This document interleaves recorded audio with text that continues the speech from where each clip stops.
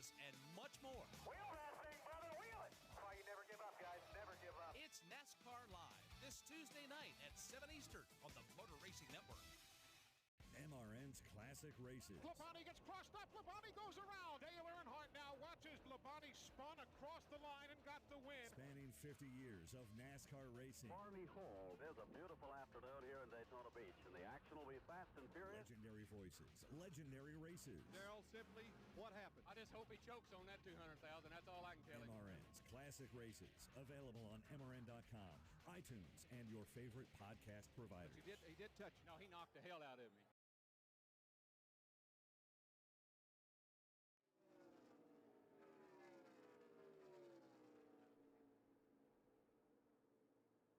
Battles all the way around the racetrack. One for the lead between Logano and Kevin Harvick. Behind them, Eric Almirola and Paul Menard going at it. Now coming off turn at number 4, Denny Hamlin, Eric Jones, and Brad Keselowski. All of those drivers together on the racetrack across the start and finish line. Kurt Busch has joined that mix. They're going to blow away Eric Jones. Jones has no recourse but to fall in line. Jones had been climbing slowly but surely up the scoring pylon. He got trapped in that bottom groove as Brad Keselowski made his way around the outside to drop Jones back a couple of spots. Here's Kurt Busch now to the inside on Keselowski. Now they're looking 3 wide. Jones rumbles out of the pocket, pulls to the inside of Busch, and Keselowski slides his way underneath the both of them, knocks them off 2 at a time off the end of the back straightaway. So move Eric Jones now up to position number 6. And Dave, you know, just taking a quick look at it, normally when we come to Michigan, it is single file through the corners. Not today. No, not at all. It's not back to the pre-2007 repave, but there are multiple grooves, 2 or 3 different grooves on the bottom right now, and these drivers have found a way to use them to execute passes at the front of the pack.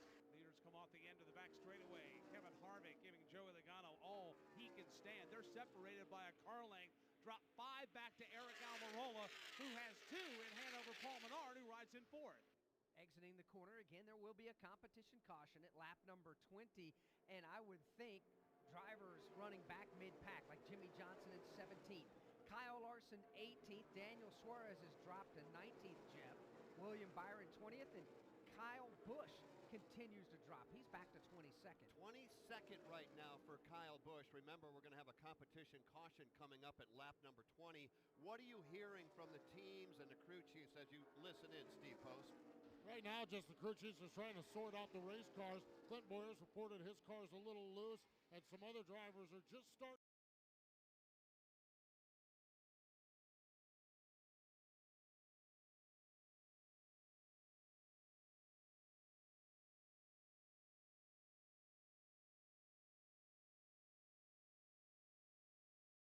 Track in those drafting conditions that we've seen here in the early going.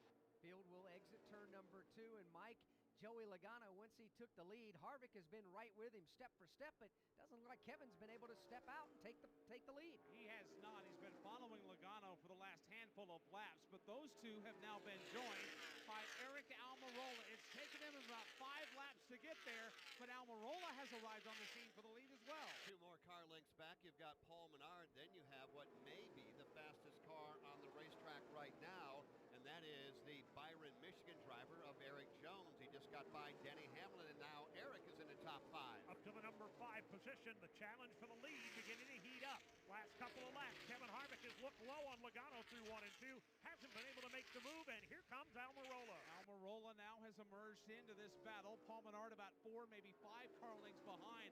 Logano takes a wider arc, keeps the car a groove off the bottom.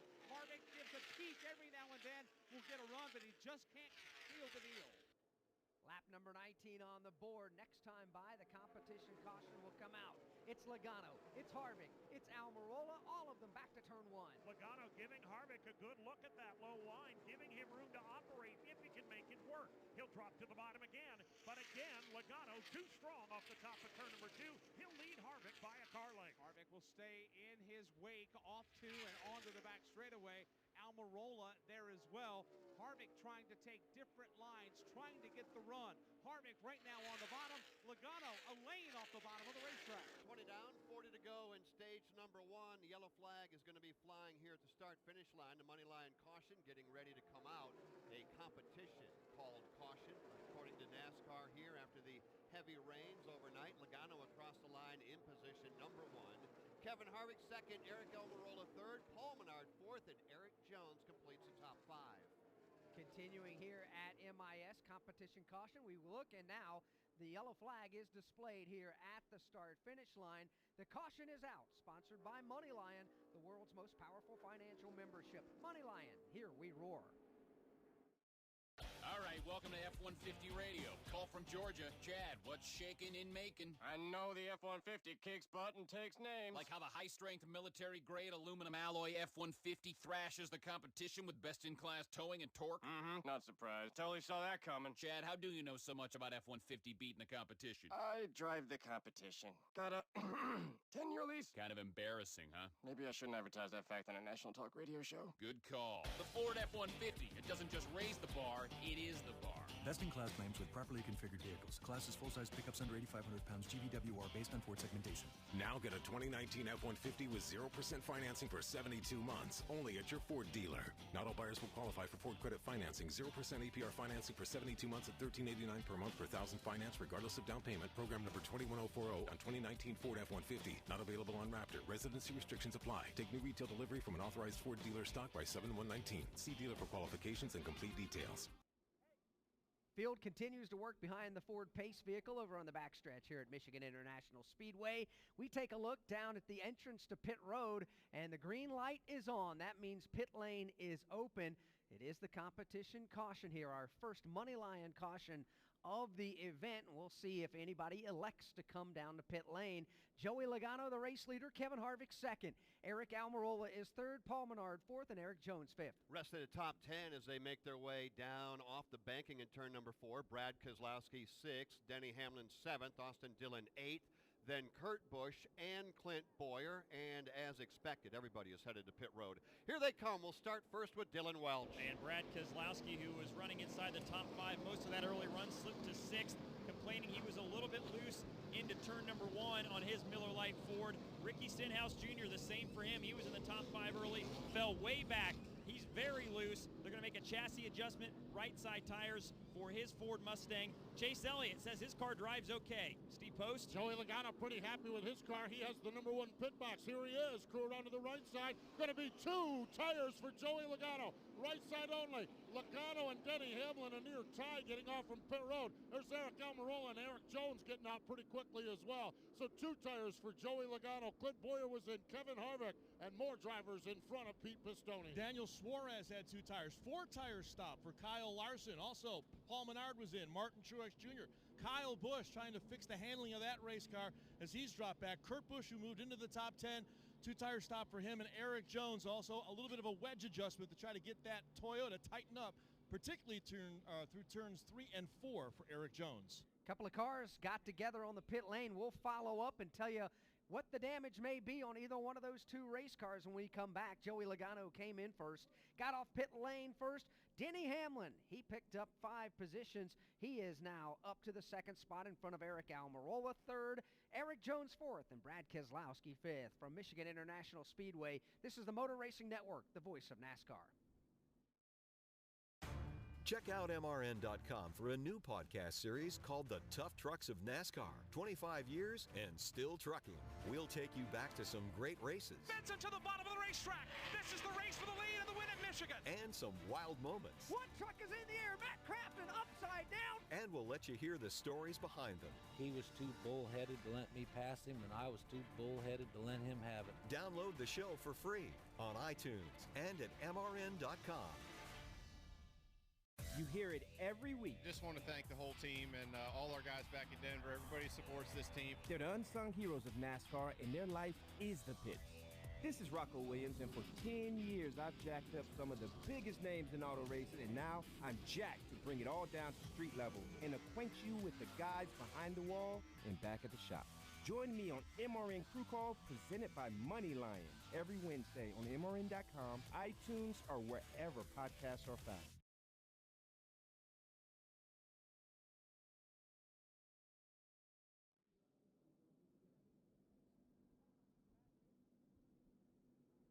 Back at Michigan International Speedway, pit stops have been complete, although Two cars, Dylan Welch, are back on pit road. One of them, Jimmy Johnson, the other, Matt DiBenedetto. Yeah, and they're both right in front of me here. Jimmy Johnson's crew frantically working to patch up the right front. For Matt DiBenedetto, it's the left rear. So you can kind of use your imagination to figure out what happened there. But frantic work from both of these crews here trying to get these cars patched up as much as they can. Obviously, aerodynamics a big factor here in Michigan. They both drive away at the same time. Not severe damage on these cars by any means, but enough that these crews definitely had to dedicate some time to getting them patched back up.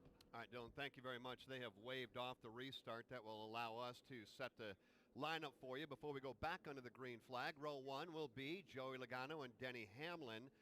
We may need to wait a lap to let it sort out because we've got a number of cars that have been shuffled in there. So we'll give them just a minute as they come off turn number 4.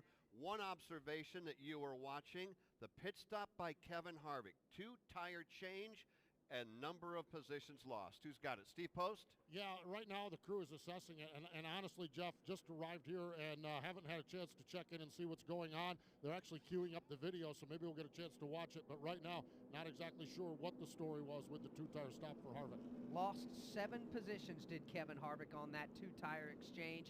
Another loser on that pit stop, taking right side tires only, was Paul Menard. He lost 4 positions on that exchange there. So right off the bat on a competition caution, Jeff, you lose positions. However, I'm not necessarily all that concerned right now because both Harvick and Menard have very fast cars. We were able to see them drive their way towards the front of the field in that opening 20-lap run. And a long way to go, 175 laps when we go green next time by. Here is how they're going to line up. Together in row 1, you've got Logano and Denny Hamlin. Row 2 for the restart, Eric Almirola and Eric Jones. Row 3, Brad Keselowski and Martin Truex Jr. Row 4, Alex Bowman and Paul Menard. Row 5, Daniel Hemrick and Kevin Harvick. He's set to go from 10th.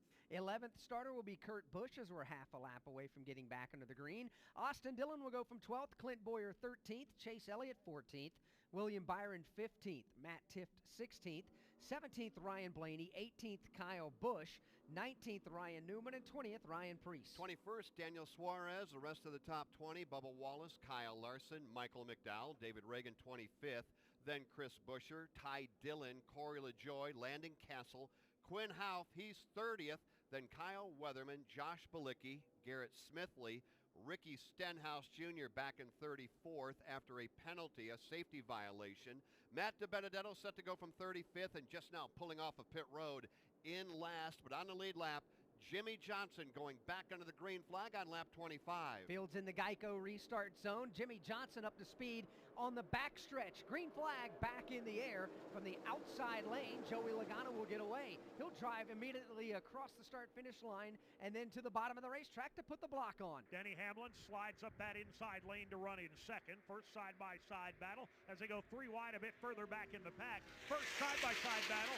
Eric Almirola down low. Eric Jones up high. The battle for third. It is the battle for the number 3 position. Almirola to the inside of Jones, and right there with them, Martin Truex Jr. Tight formation off the end of the backstretch. Logano slides at the racetrack, blocks the advance of Denny Hamlin, who rides in second. Boy, just a little bit further back, they are racing hard. 3 wide, a couple of rows deep. Right now they're running side by side for position number 3. Down on the inside, Eric Almirola on the outside. That's Eric Jones. And it's 3 rows deep of 2x2 racing. Almirola on the bottom with Keselowski and Menard in tow. Top side, that's Eric Jones. He's followed by Martin Truex Jr. and Alex Bowman. Denny Hamlin swung way wide off turn number 2.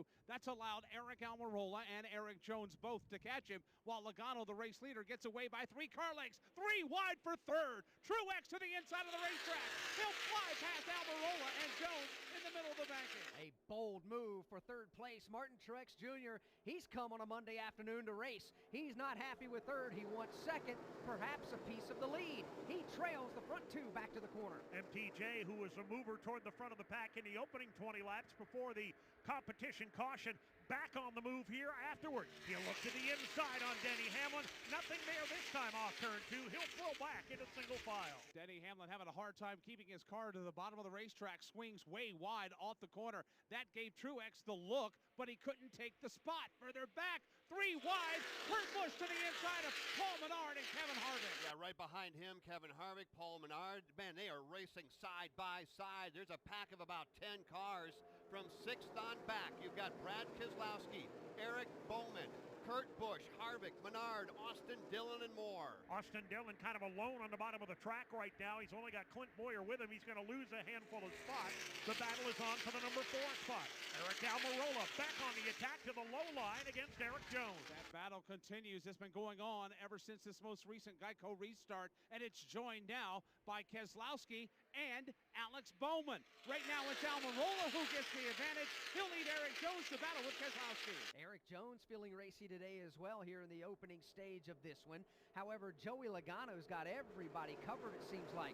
He's been able to put the car at the lead and not look back and block all lanes, Dave. He has been able to keep them in the rearview mirror, Alex, but in terms of getting away and establishing a margin, it's been no dice so far. Again, Hamlin way wide at the exit of 2, opens the door. Here's the challenge for the number 2 spot. Truex dives for the bottom of the racetrack off turn 2. Side by side, they will race 4 car lengths behind the race leader. Truex with a fender out in front. He and Hamlin race wheel to wheel with Eric Almirola looking on. You've got teammates running side by side right behind race leader Joey Logano. Truex down to the inside, to the outside, Denny Hamlin. Then you've got Eric Almirola and Eric Jones. Almirola trying to split up that Joe Gibbs Racing triumvirate as they race into turn number 1. It's Hamlin back to the 2nd spot.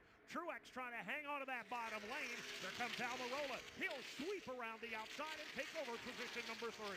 Ford Toyota battle comes to the back straightaway. Ford will take the 3rd position in Almirola. You've got Toyotas in Truex and Jones right behind them in positions number 4 and number 5. Exiting turn number 4, it continues to be Logano up front. Here's the challenge for 2nd now. Inside lane is where the action is as Eric Almirola will just drive by Denny Hamlin. However, the drafting help begins to form behind Hamlin. Almirola's got nobody down low with him on that low line. Now Kurt Busch will drop out of line and try and come up onto his back bumper. Almirola, Hamlin, side by side at the exit of 2 as they race for position number 2. It is an 8-car rugby scrum from 2nd on back. They are stacked up behind this Almirola-Hamlin side-by-side battle. Truex will slide right in behind Almirola. That'll shove him into the clean air and into the 2nd spot. Boy, what a race we have going on here at Michigan. It is fantastic, and we are only 32 laps in. Logano out front, and Eric Almirola behind them. Dave, it's a hornet's nest, and it's headed back to you. Denny Hamlin hanging on to 3rd. Eric Jones back up to 4th. Move Kurt Busch to the 5th position as he makes his way underneath Martin Truex Jr. Truex now under attack from Brad Keselowski and Kevin Harvick. While all that's going on, Eric Jones has gotten by Denny Hamlin for 3rd. Then Kurt Busch and Martin Truex Jr. hook up behind Hamlin. Almirola, meanwhile, has caught race leader Joey Logano. Exiting the corner, here's Eric Almirola. Let's see if he can do anything at all with the leader Logano. No one else has been able to. Back across the start-finish line, right up underneath the rear spoiler. Almirola 2nd, Eric Jones 3rd. Suddenly the battle shapes up from 4th on back. 4th place is under attack, and Kurt Busch now is the man on the move. He goes to the bottom of the racetrack, drives underneath Denny Hamlin. He'll lead Kevin Harvick to the low line as well. That's the battle for position number 5. Kurt Busch has been making some aggressive moves here ever since the restart, and it's paid off. He's broken into the top 5. He's gotten by Denny Hamlin, that is, for the number 4 position. They continue to race in close quarters here off the turn. Watching Kurt Busch racing in position number 4. Behind him comes Denny Hamlin. Car length back for Denny. A half a car length back. You've got Kevin Harvick. 3 back to Paul Menard, and Truex once again on the move. He'll dive down to the inside of the Ford. Menard gave up the bottom on entry into turn number 1. Truex will take advantage, drives underneath him, begins to slide up the banking a little bit, finishes off the pass, move up, Truex up, as he nearly gets a piece of the wall at the exit of turn 2. Battle for 7th now as he almost hit the wall. Here comes Alex Bowman to the inside of Menard, and Truex put Bowman in the 7th spot. And Truex feels the heat from Chase Elliott, who'll dive to his inside in 3. Elliott looks to the inside. He's going to have help from Paul Menard and Brad Keselowski, although Keselowski, he'll bail out of that. Keselowski will then go on the attack to the inside of Paul Menard. This is a good, hard race for position number 10. Side by side for the final spot in the top 10. It'll go to Paul Menard as he powers around the outside, opening the door in that high lane for Austin Dillon. He puts the crosshairs on the back bumper of the Brad Keselowski machine. Now as that battle settles down, it begins to heat up for the 3rd spot. Eric Jones looks in the rearview mirror. Kurt Busch has arrived on the scene. Both drivers dial up the low lane of the racetrack through turns 3 and 4. Well, Joey Logano has been out front throughout most of the event, but behind him it has been anything but easy going, and it's on yet again for runner-up spot. Eric Jones going after Eric Almirola, Kurt Busch. Man, oh man, what a race we have going on. 36 laps complete. That's it. We got a long way to go, but I will tell you something. We've got a fantastic race running here this afternoon. Logano leading Eric Jones, Eric Almirola, Kurt Busch, and Denny Hamlin. That's your top 5. Wes worked hard to make his dream of playing in the NHL come true. Every day, he'd be out playing street hockey constantly. Townspeople would drive by and shout, "Get out of the street!" But Wes never gave up. Well, until one day when someone yelled, "Get in the car, you're gonna make us all late to work!" Because Wes was a 43-year-old accountant and he commuted with that guy downtown. So Wes never played in the NHL. But he did hear how Geico, proud partner of the NHL, could save him money on car insurance. So he switched and saved and made his other dream come true. It's time for some straight talk. Look, you wouldn't spend more to get the exact same thing, would you? No. Who would? So when I tell you that Straight Talk Wireless runs on the same networks as the big guys, but charges you a lot less, you see where I'm going with this, right? Get America's best networks for a lot less and unlimited plans as low as $35 a month, all with no contract. Straight Talk Wireless. Everything for less. Only at Walmart. Eric Jones continues to impress. He is up to the runner-up spot right behind Joey Logano. So it's Joey here on lap 38. Eric Jones, Kurt Busch, Eric Almirola, and Denny Hamlin. That is your top 5. Hey, NASCAR fans, do you have a car, motorcycle, boat, or an RV that you would like to get rid of? You can, and you can donate your used vehicle to the NASCAR Foundation and help kids in our racing communities live happier, healthier lives. Put your vehicle to good use by donating it to the NASCAR Foundation. You can do that today. It's simple. Just call them at 1-844-NASCAR-9. 1-844-NASCAR-9. Back with more in a moment from Michigan International Speedway. This is the Motor Racing Network, the voice of NASCAR. Hey guys, Corley Joy. Join me and my friends Lauren Fox and Daryl Mott on the Sunday Money Podcast. We talk racing. What happened in California? Like, what? Because yeah, they all sat at the end of pit road waiting for one guy to be the sacrificial lamb, and nobody wanted to do it. And just life. Did you fall in love on TV? No, definitely not. I could not. Plus, you never know who might stop by. Young Ryan Blaney's here with something he's saying. I brought you our script because you guys are like our show. So it's Sunday Money on MRN.com, iTunes, Spotify, or wherever else you listen to podcasts. Hey guys, it's Dylan Welch. He's Tyler Burnett. We're the co-hosts of the Rip the Fence podcast. If you like traditional non-wing dirt track racing, we've got the podcast for you. Shane Meal trying to drive away. I can't do everything, but I could do anything and everything I wanted before I got injured. So just like many of the great podcasts going, we invite racers in to talk, and they tell us their life story. And it's how I feel that matters. It's the Rip the Fence podcast, available on MRN.com and your favorite podcast app.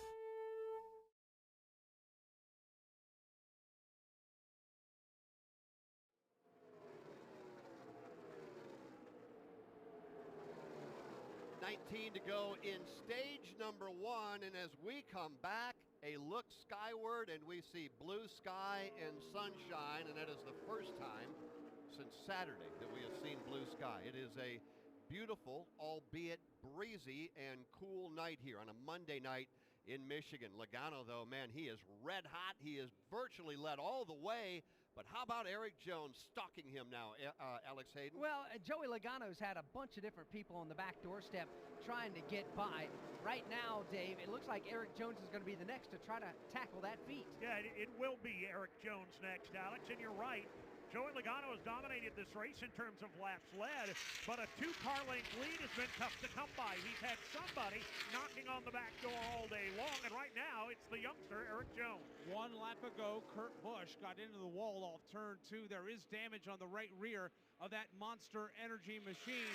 He is able to maintain space, but he does have damage on the right rear, and he's lost quite a bit of real estate to the front 4. Yeah, he lost a spot to Eric Almirola. He lost a spot to Alex Bowman. He is tucked in line in the 5th position, but right behind him now, Truex, Chase Elliott, and Kevin Harvick. And they are like vultures now, swooping in on a wounded prey. Kurt Busch right at the bottom of the racetrack does indeed. He has pancaked that right rear corner, and Truex begins to close in on the backstretch. Front 4 have gotten away, plus 5 car lengths. Then you get back to Kurt Busch. As he looks in the rearview mirror, Martin Truex Jr., Chase Elliott, Kevin Harvick, Paul Menard, all angling up behind his Chevrolet. 44 laps go on the board. Stage 1 will come to a conclusion at lap number 60, and keeping an eye on a couple of drivers that were very good in practice. One of them was Kyle Busch. He started today's race back in the 15th spot. Kyle Busch currently runs in the 15th position, not making a whole lot of headway there. Starting 9th today was Daniel Suarez. He has backslid to the 21st position. Pete Pistone, both of those drivers are pitting in your area. Any idea what the problems are? Well, it's two ends of the spectrum. For Kyle Busch, he says he's just really free, Alex. And, they tried to make an adjustment on that competition caution. That wasn't enough. Kyle started 15th. And that's about where he's been here. On the other side of that coin, Daniel Suarez was one of the faster cars we had here in that early running of this first stage. He hasn't said a lot on the radio, but they feel like he's really tight. One thing I am hearing is the way this wind has picked up, kind of heading across the front straightaway, particularly turns 3 and 4. That's causing some drivers some handling issues. So, again, you're going to see, I believe, a lot of adjustments here at the end of this first stage when everybody comes down pit road. And Mike Bagley got a battle for third at your feet. Alex Bowman took a look to the inside off Eric Almirola off 2, started the run, backed away. He'll stay in 4th. All the while, Eric Jones continues to keep pressure on race leader Joey Logano. Joey Logano showing that he has got a very stout Ford Mustang right now. He's been able to go to the bottom, the top, and keep everybody at bay that's come up to challenge. That top 4 group goes right back to the corner. A problem and beginning to slide back is Denny Hamlin. He challenged at the front of the pack in the opening 20 laps.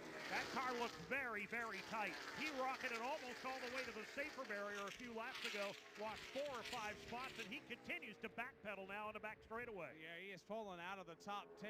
Matter of fact, he's fallen out of the top 15.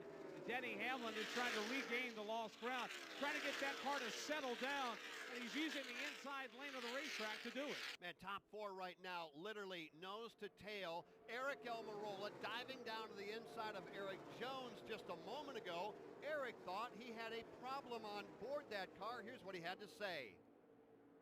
I think you run into my quarter panel. He had me hooked. Yeah, that's him. 1 to the 88 here on the bottom. Look at the damage. He was hard into the quarter panel. I was turning as hard as I could left. This is still taking me right. Yeah, he got the fence. Go look at the pictures here. Tough break there as they're getting after it hard and heavy at the front of the field. Logano continues to show the way. Almirola 2nd, Eric Jones 3rd, and Alex Bowman up to the 4th spot. Remember the fantastic race we had a few weeks ago at Kansas Speedway. Alex Bowman was the guy that charged his way up to the 2nd spot, came up 1 position shy. Well, I'll tell you what, it was a gamble, if you will. What would we see when we turned them loose in the FireKeepers Casino 400? You can kind of see where I'm going here, Alex Hayden, with the gamble and the casino. It is a day late, but man, it is not disappointing. Alex, you keep an eye on the leader as we welcome in the VP of marketing for FireKeepers Casino, a good friend of ours, back again, Jim Wise. And man, oh man, I'll tell you what, yeah, we're a day late, but what a race we've got going on. All good things in life are worth waiting for, so we waited a little bit longer, but we've got a great race, and I think the next hour or so is going to be just awesome. Unbelievable racing, working off turn number 2, a 4-car battle for the lead, and you know what? I think when the fans get wrapped up here this afternoon and early evening, a number of them will be coming back to your place. You're not too far away. Right on I-94 as you head back towards Battle Creek. A beautiful casino. Tell us some of the unique things that you guys offer. Well, you know, we're just a few weeks away from our 10th anniversary, and that is a moment of enormous pride for everybody at FireKeepers and the Nottawasepi Huron Band of the Potawatomi, the tribe that owns our property. We're also getting ready to break ground and building a new hotel. So when we talk, I'm always telling you how hard it is to get a hotel room, but we're hoping in about a year and a half to take care of that by building a brand new hotel tower, adding to our rooms and adding to the excitement.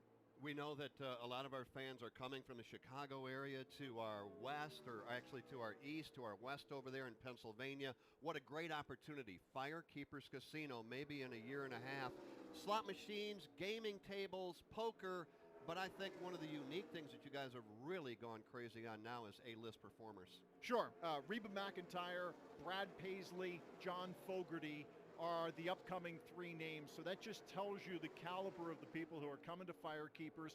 And you get to see these stars in just a 2,100 seat room. Brad Paisley doesn't play in front of 2,100 seats more than once or twice a year, and we're going to have that at FireKeepers August 1st. All right, before we let you go, a great relationship with your friends here at Michigan International Speedway. It really, truly has become a marriage, has it not? You know what? Darren McCarty said earlier, I can't tell the FireKeepers people apart from the Michigan Speedway people because you're all together. You've got the same focus. We want to make a great event for the fans because these are our guests at FireKeepers also. So we're going to be here for the future. We're really excited to be a partner with Michigan Speedway. Best news of all, we love to see people like you coming back year after year. That means it's working, and we're appreciative of what you do, so thank you. Absolutely. We had dinner for Austin Dillon and some of his crew last night, so he at least made the most of having a few hours off, had a great dinner at FireKeepers, so we're kind of secretly pulling for him today. Remind us real quick, the website, if they want to know more about FireKeepers. Just simply firekeeperscasino.com, or follow us on social media.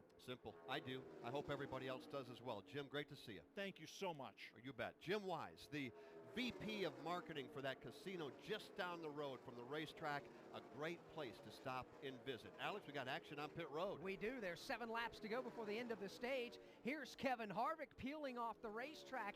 He restarted after the competition caution in 10th, has only been able to climb the leaderboard to 8th. He makes his way towards steep post. Loose wheel, the report for Kevin Harvick, and they were a little worried about it in watching the tape. He brings the Busch Light. Ford Mustang in gingerly. It's going to be a 4-tire stop. Right side work is now wrapping up. A second can of Sunoco Racing Fuel going to go in. Around to the left side. Going to be 4 tires again for Kevin Harvick.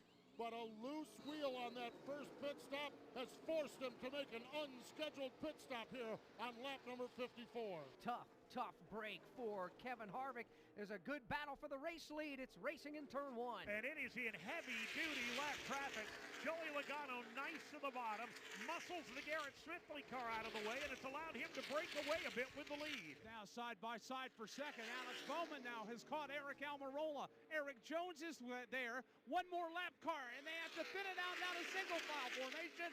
Man, close quarters racing in turn 3. Right down on the bottom of the racetrack, but leading them off of turn number 4. Logano comes back to the point. How about Alex Bowman now up to second, and Eric Almirola, Eric Jones, and Kurt Busch. Where did Kevin Harvick cycle around to? How about dead last? He is 36th right now. Aussie rule number 4. Victory is best served with a bloomin' onion. If Kevin Harvick can rebound, and you know what, he's going to go up. Can he get all the way into the top 10? If he can, by the end of today's race, tonight's race, you're going to get a free bloomin' onion at Outback Steakhouse tomorrow. How about a bloomin' onion on a Tuesday? Brought to you by Outback Steakhouse. Aussie rules. Racing continues. 4 laps to go before the end of stage number 1. Alex Bowman, the latest in a long list of people trying to get the lead away from Joey Logano. Logano's got about a car length and a half to 2 car lengths in hand. It's another 3 to 5 back to the Eric Almirola machine. He's got a trunk full of Eric Jones. 2 more back to Kurt Busch. They are the top 5. Martin Truex Jr. running in 6th right now. How about Kyle Larson? He is up to position number 7 with Chase Elliott in 8th, Paul Menard in 9th, and Brad Keselowski round out your top 10. So we are winding down stage number 1. Logano has led all but 3. He is under attack right now. The number of different drivers, Alex Hayden, to be in second is growing. It is. Alex Bowman currently there. Eric Almirola has taken his turn on the back bumper of Logano. Eric Jones has. Kurt Busch has. Martin Truex Jr. has. Denny Hamlin was early on. Right now, Logano continues to be the guy that's fighting off everybody, but Mike, nobody has been able to do anything with him, and more importantly, Joey hasn't been able to drive away from them either. Well, he did for a moment, but that lasted about a half a lap in that lap traffic scramble. Alex Bowman was the first to regroup and march forward, and right now he is marched up all the way to the back bumper of Logano. 2 to go, stage number 1. Logano across the line, followed right there by Alex Bowman, Eric Almirola, Eric Jones, and Kurt Busch. Joey Logano employing the NASCAR equivalent of the rope-a-dope strategy so far. He's getting tagged every here and there. He's not been able to get away from the fight, but he's tiring everybody out on the back bumper. He and Alex Bowman have checked out from third place Eric Almirola. Good three-man scramble from there on back. Jones, Kurt Busch, and Martin Truex Jr. as the leaders encounter more lap traffic off turn 4. Joey Logano, Alex Bowman, Eric Almirola, Eric Jones, Kurt Busch. That's your top 5. Coincidentally, all of them from different race teams being represented in the top 5. Final lap, stage number 1, they race to turn 1. Logano down to the inside of the Landon Castle machine. He'll put him in the rear view mirror. Also does away with the Kyle Weatherman car. Here's Bowman taking a look to the bottom off turn number 2, but there's nothing there. As to back away, found no room to race. He'll follow Logano up the back straightaway, and they are separated now by a car length. From 3rd, 4th, 5th on back, they will shift to the bottom side of the racetrack. They will clear the lap traffic as everybody races to the end of stage 1. Green checkered flag awaits these drivers as they work their way off 4, and for the 6th time this year, Logano's going to get there first. He'll do it by a half a car length over Alex Bowman, who was 2nd. The rest of the top 10 presented by Gatorade. Eric Jones 3rd, Eric Almirola 4th, Kurt Busch 5th, Martin Truex Jr. 6th, Kyle Larson 7th, Chase Elliott 8th, Paul Menard 9th, and Brad Keselowski comes across the line in 10th. That's the top 10 presented by Gatorade. Tested in the lab, proven on the field. Gatorade Thirst Quencher, the proven sports fuel. The caution is out, sponsored by Moneyline. At Indeed, we believe a resume is a great way to see an overview of a candidate, but you're not hiring a resume, you're hiring a person. That's why Indeed offers tools that help bridge the gap between a candidate and the resume, like skill tests, which let you actually see a candidate's abilities in action to make sure they're a good fit for the job. See beyond the resume with Indeed. Experience Indeed for yourself today and get a free sponsored job upgrade on your first posting at Indeed.com/promo. Terms and conditions apply. For children with chronic medical conditions, Victory Junction means friends, fun, freedom. That's because we provide a medically safe environment where kids who live in a world of hospitals and doctors' visits can laugh, play, and discover all they can be, all at no cost to their families. Victory Junction inspires confidence, builds self-esteem, and changes the life of every camper who comes through our gates. Find out how you can change a child's life. Go to victoryjunction.org. Pace vehicle is a Ford, and it's got a Ford Mustang right behind it, and the race leader, Joey Logano, halfway down the back straightaway. Pit lights remain red and white, which means it is a closed pit lane. We'll wait and see if they open it up when they get back around to the entrance to pit road. Right now, the field works over into turn number 3. Logano at the front of the field. He has led all but 3 laps. The other 3 laps that another driver was at the front of the field was Denny Hamlin, and actually now they're showing Eric Almirola led 1 lap. So Logano 57, Denny Hamlin 3, Eric Almirola 1, and right now it is Joey at the front of the field. Pit road's going to be closed for at least 1 more lap. From Michigan International Speedway, this is the Motor Racing Network, the voice of NASCAR. Here's your chance to win a set of your very own Hercules tires. Go to HerculesTires.com/MRN. Simply register, and each month we'll give away 1 set of tires. Hercules Tires has the value, selection, and industry-leading mileage coverage to get you wherever you need to go, no matter where the road takes you. Register now for your chance to win a set of Hercules tires at HerculesTires.com/MRN. Hercules Tires. Ride on our street. NASCAR Coast to Coast on MRN.com and Motor Racing Network's Facebook. Join me, Kyle Rickey, and Hannah Newhouse as we talk with the next generation of NASCAR stars and established local and regional racers each Wednesday at 1 Eastern Time. Or subscribe, download, and listen on your favorite podcast provider. NASCAR Coast to Coast. Grassroots NASCAR racing from the Motor Racing Network.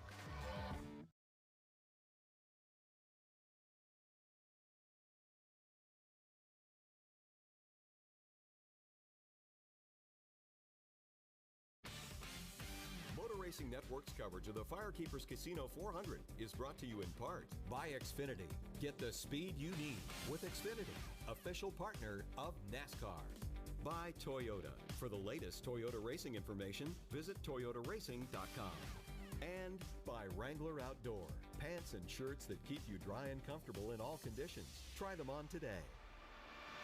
Field work through turns 3 and 4. Green light is on at the head end of pit road, which means pit lane is open, and I expect business to get awfully busy down there. Joey Logano, the race leader, he's already going to pull all the way down to driver's left and make his way onto pit road. The overwhelming majority of the lead lap cars, they'll follow suit, make their way onto pit road. Brad Keselowski will be the first in front of Dylan Welch. And Alex Bowman a little ways further down pit road, hits his marks perfectly. They did fuel only that first stop, gained 6 spots of track position. Still pretty happy with their race car. A little free in, a little tight off. No chassis adjustments for him. Brad Keselowski on a scale of 1 to 10. He's a 5 loose. They're going to make a right rear wedge adjustment on his Miller Lite Ford. Steve? Joey Logano a little bit loose out in front, but they don't want to make any adjustments because, well, he's out in front. Going to be 4 tires. Sunoco Racing Fuel right behind him. Clint Boyer going to get 4 tires as well. He's reporting the car's a little bit tight. Logano's going to win the battle off from pit road. Alex Bowman, Eric Almirola. Looks like Eric Jones and maybe Kyle Larson. Your top 5 off from pit road. Pete Pistone. Yeah, Eric Jones from the number 3 spot picked up a position there on that pit stop. Kurt Busch came down. They checked for that damage on the right side of that race car to make sure that there wasn't any damage of that fender rubbing in on the tire.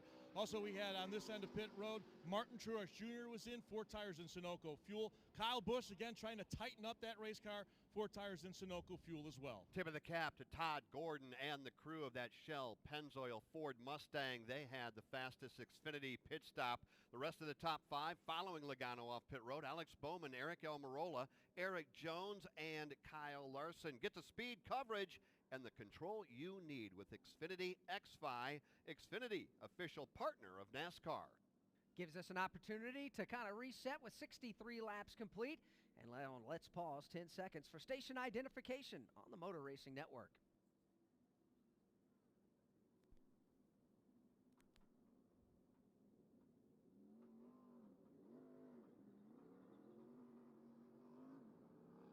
Motor Racing Network is live on a Monday late afternoon in the Irish Hills of Michigan for the FireKeepers Casino 400 for the Monster Energy NASCAR Cup Series. Alongside Jeff Striegel, I'm Alex Hayden. On the pit lane, we've got Steve Post, Pete Pistone, Dylan Welch, and Kim Kuhn. Calling the action for us today out in the corners, turns 1 and 2, Dave Moody. Backstretch in turns 3 and 4, Mike Bagley. It's been a fantastic opening 64 laps of this race, slowed only by 2 Money Lion caution flags. The first came out on lap number 20, which was a scheduled competition caution, and then the next one came out here on lap number 60 at the conclusion of stage number 1, which was won by Joey Logano. You know what we ought to do right now is give a pop to Rusty Wallace, who is normally alongside.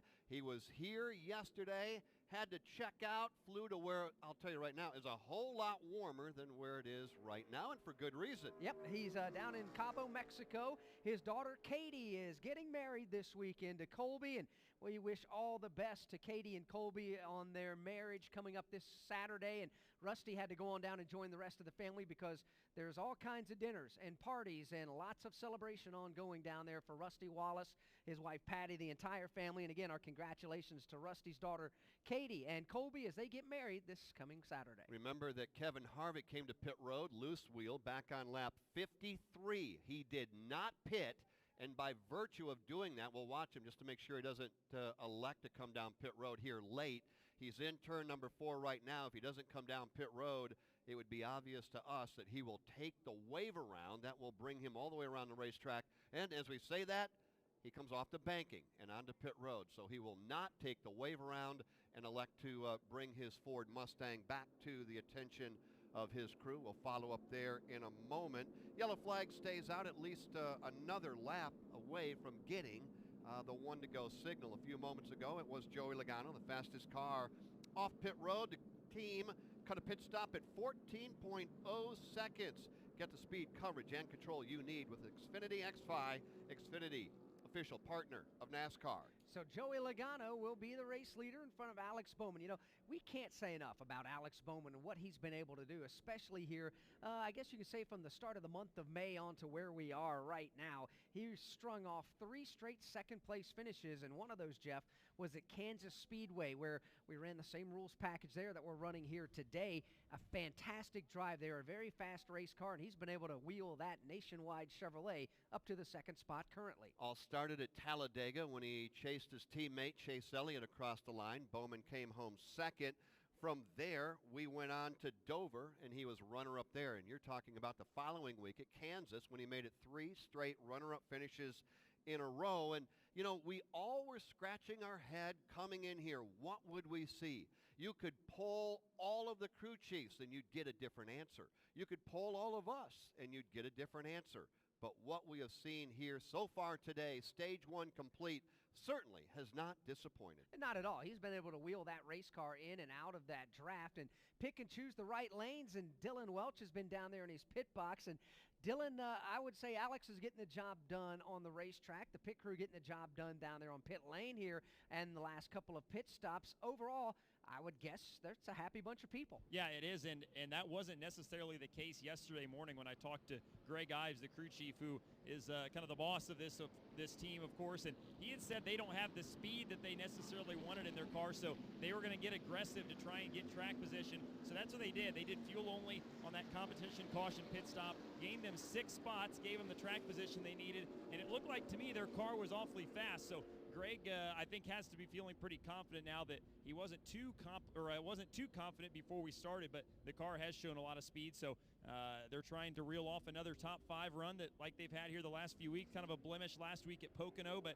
felt like they had a good enough car to get the job done, and just had a couple miscues that went the wrong way for them. But they've reeled off a couple really, really good races here the last month or so, and much deserved that they would be able to find a way into victory lane this afternoon. All right, Dylan, thank you very much. Not one stop now, Postman, but they're starting to pile up, talking about Kevin Harvick, who is pulling away right now. Oh, my gosh.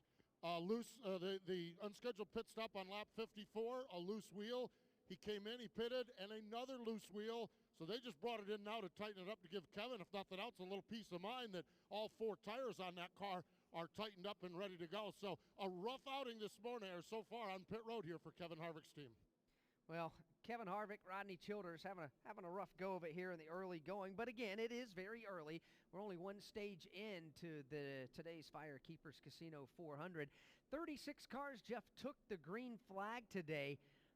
Kevin Harvick currently being scored 36th. And a driver that most of us picked to win the race today. He's got to unlap himself in order to win and then climb 35 spots in order to do it. He's got a number of laps left to go, though. Field is coming to the Geico Restart Zone. Great news. There's a quick way you could save money. Switch to Geico. Go to geico.com, and in 15 minutes, you can save 15% or more on car insurance. Stage 2 underway. Green flag out. Logano on the outside. Alex Bowman on the inside. Logano by about a fender as they hit the 18-degree banking. Now he'll pull ahead by an entire car length about midway through the banking. Logano to the lead. Bowman now on the inside will have to battle Eric Jones for the number 2 spot. Meanwhile, mid-pack, Kyle Busch stepped to 3 wide territory. William Byron through the block. Up front, it's Logano, Eric Jones, Martin Truex Jr. They are your front 3. Alex Bowman now back to the inside of the racetrack. He's trying to ease them alongside Truex. Exiting turn number 4, there will be a black flag displayed for a restart violation to Bubba Wallace, meaning he switched lanes before he got to the start-finish line. He'll have to do a pass-through penalty. The race goes back to the corner. Challenge is on for the number 2 spot. Martin Truex Jr. underneath the Eric Jones machine. He's got a wheel to the inside of Logano. Can't make it work. Back comes Jones on the outside. Yeah, all of a sudden, Truex ran out of real estate, had to back up, and he loses momentum. Matter of fact, here's Clint Boyer. He'll catch Truex and immediately pull to the inside. Truex and Clint Boyer racing side by side for third. Well, we have it again. That shuffle from second on back as Logano leads. The battle has been behind him, and it's there once again. Clint Boyer now all the way down to the inside trying to pick up a spot on Truex. That won't work, and now diving down to the inside of the racetrack is Ryan Blaney. Here comes Blaney to the inside on Boyer. That's the wheel-to-wheel battle for the number 4 position. Blaney down on the white line at the bottom of the ranking.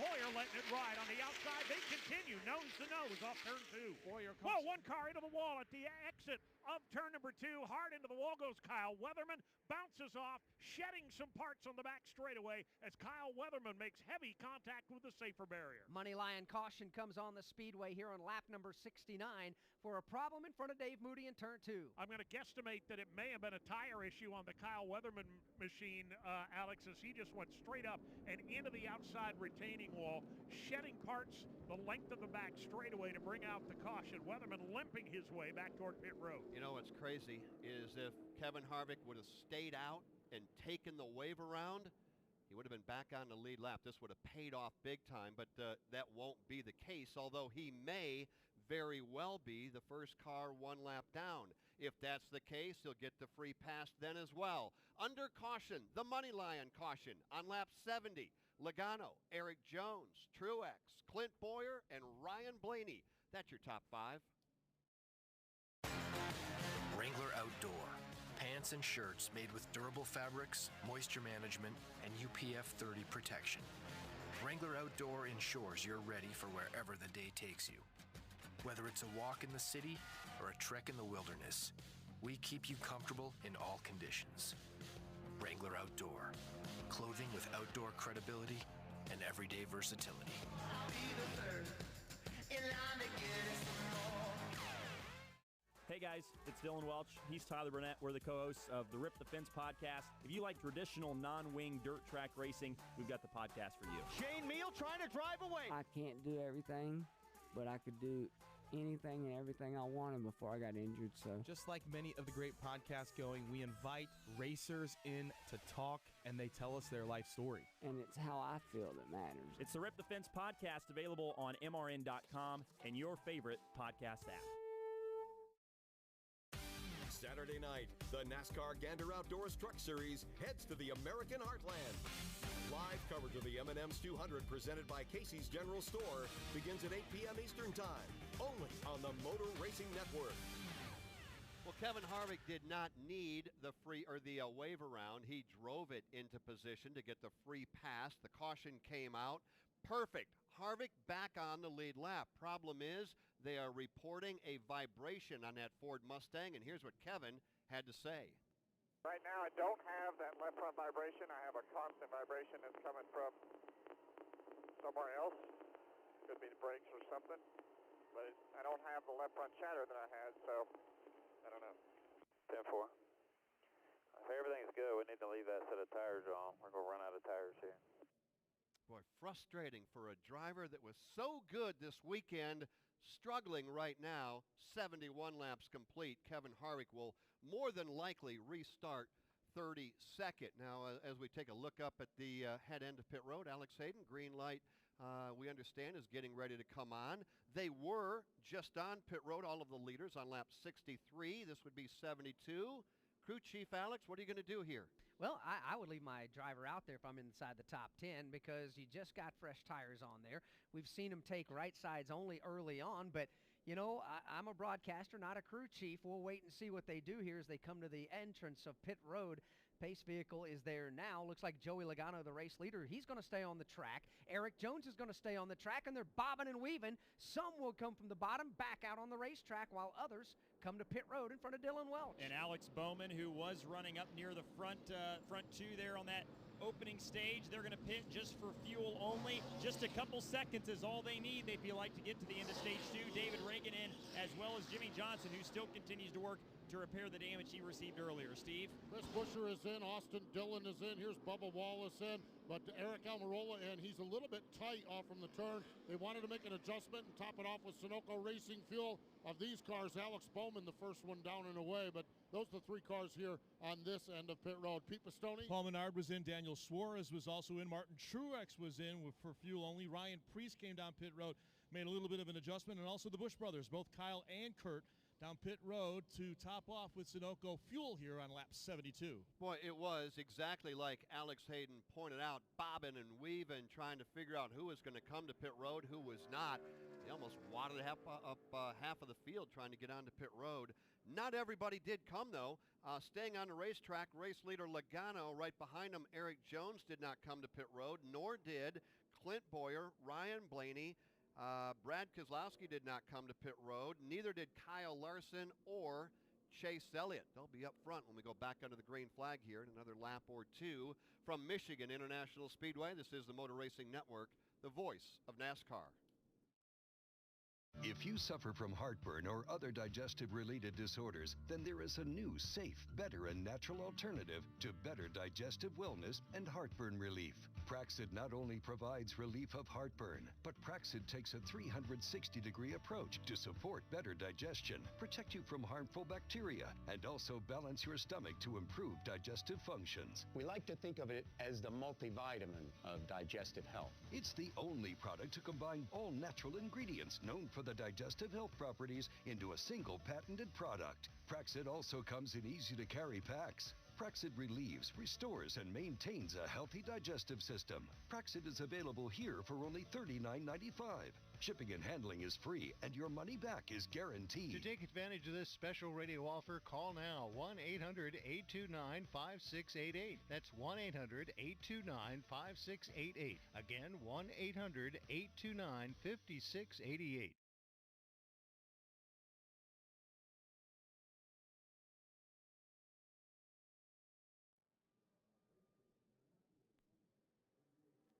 Back at Michigan under the money line caution. We'll wrap that up here in another probably lap and a half. Gives us an opportunity to tell you where your favorite driver is running.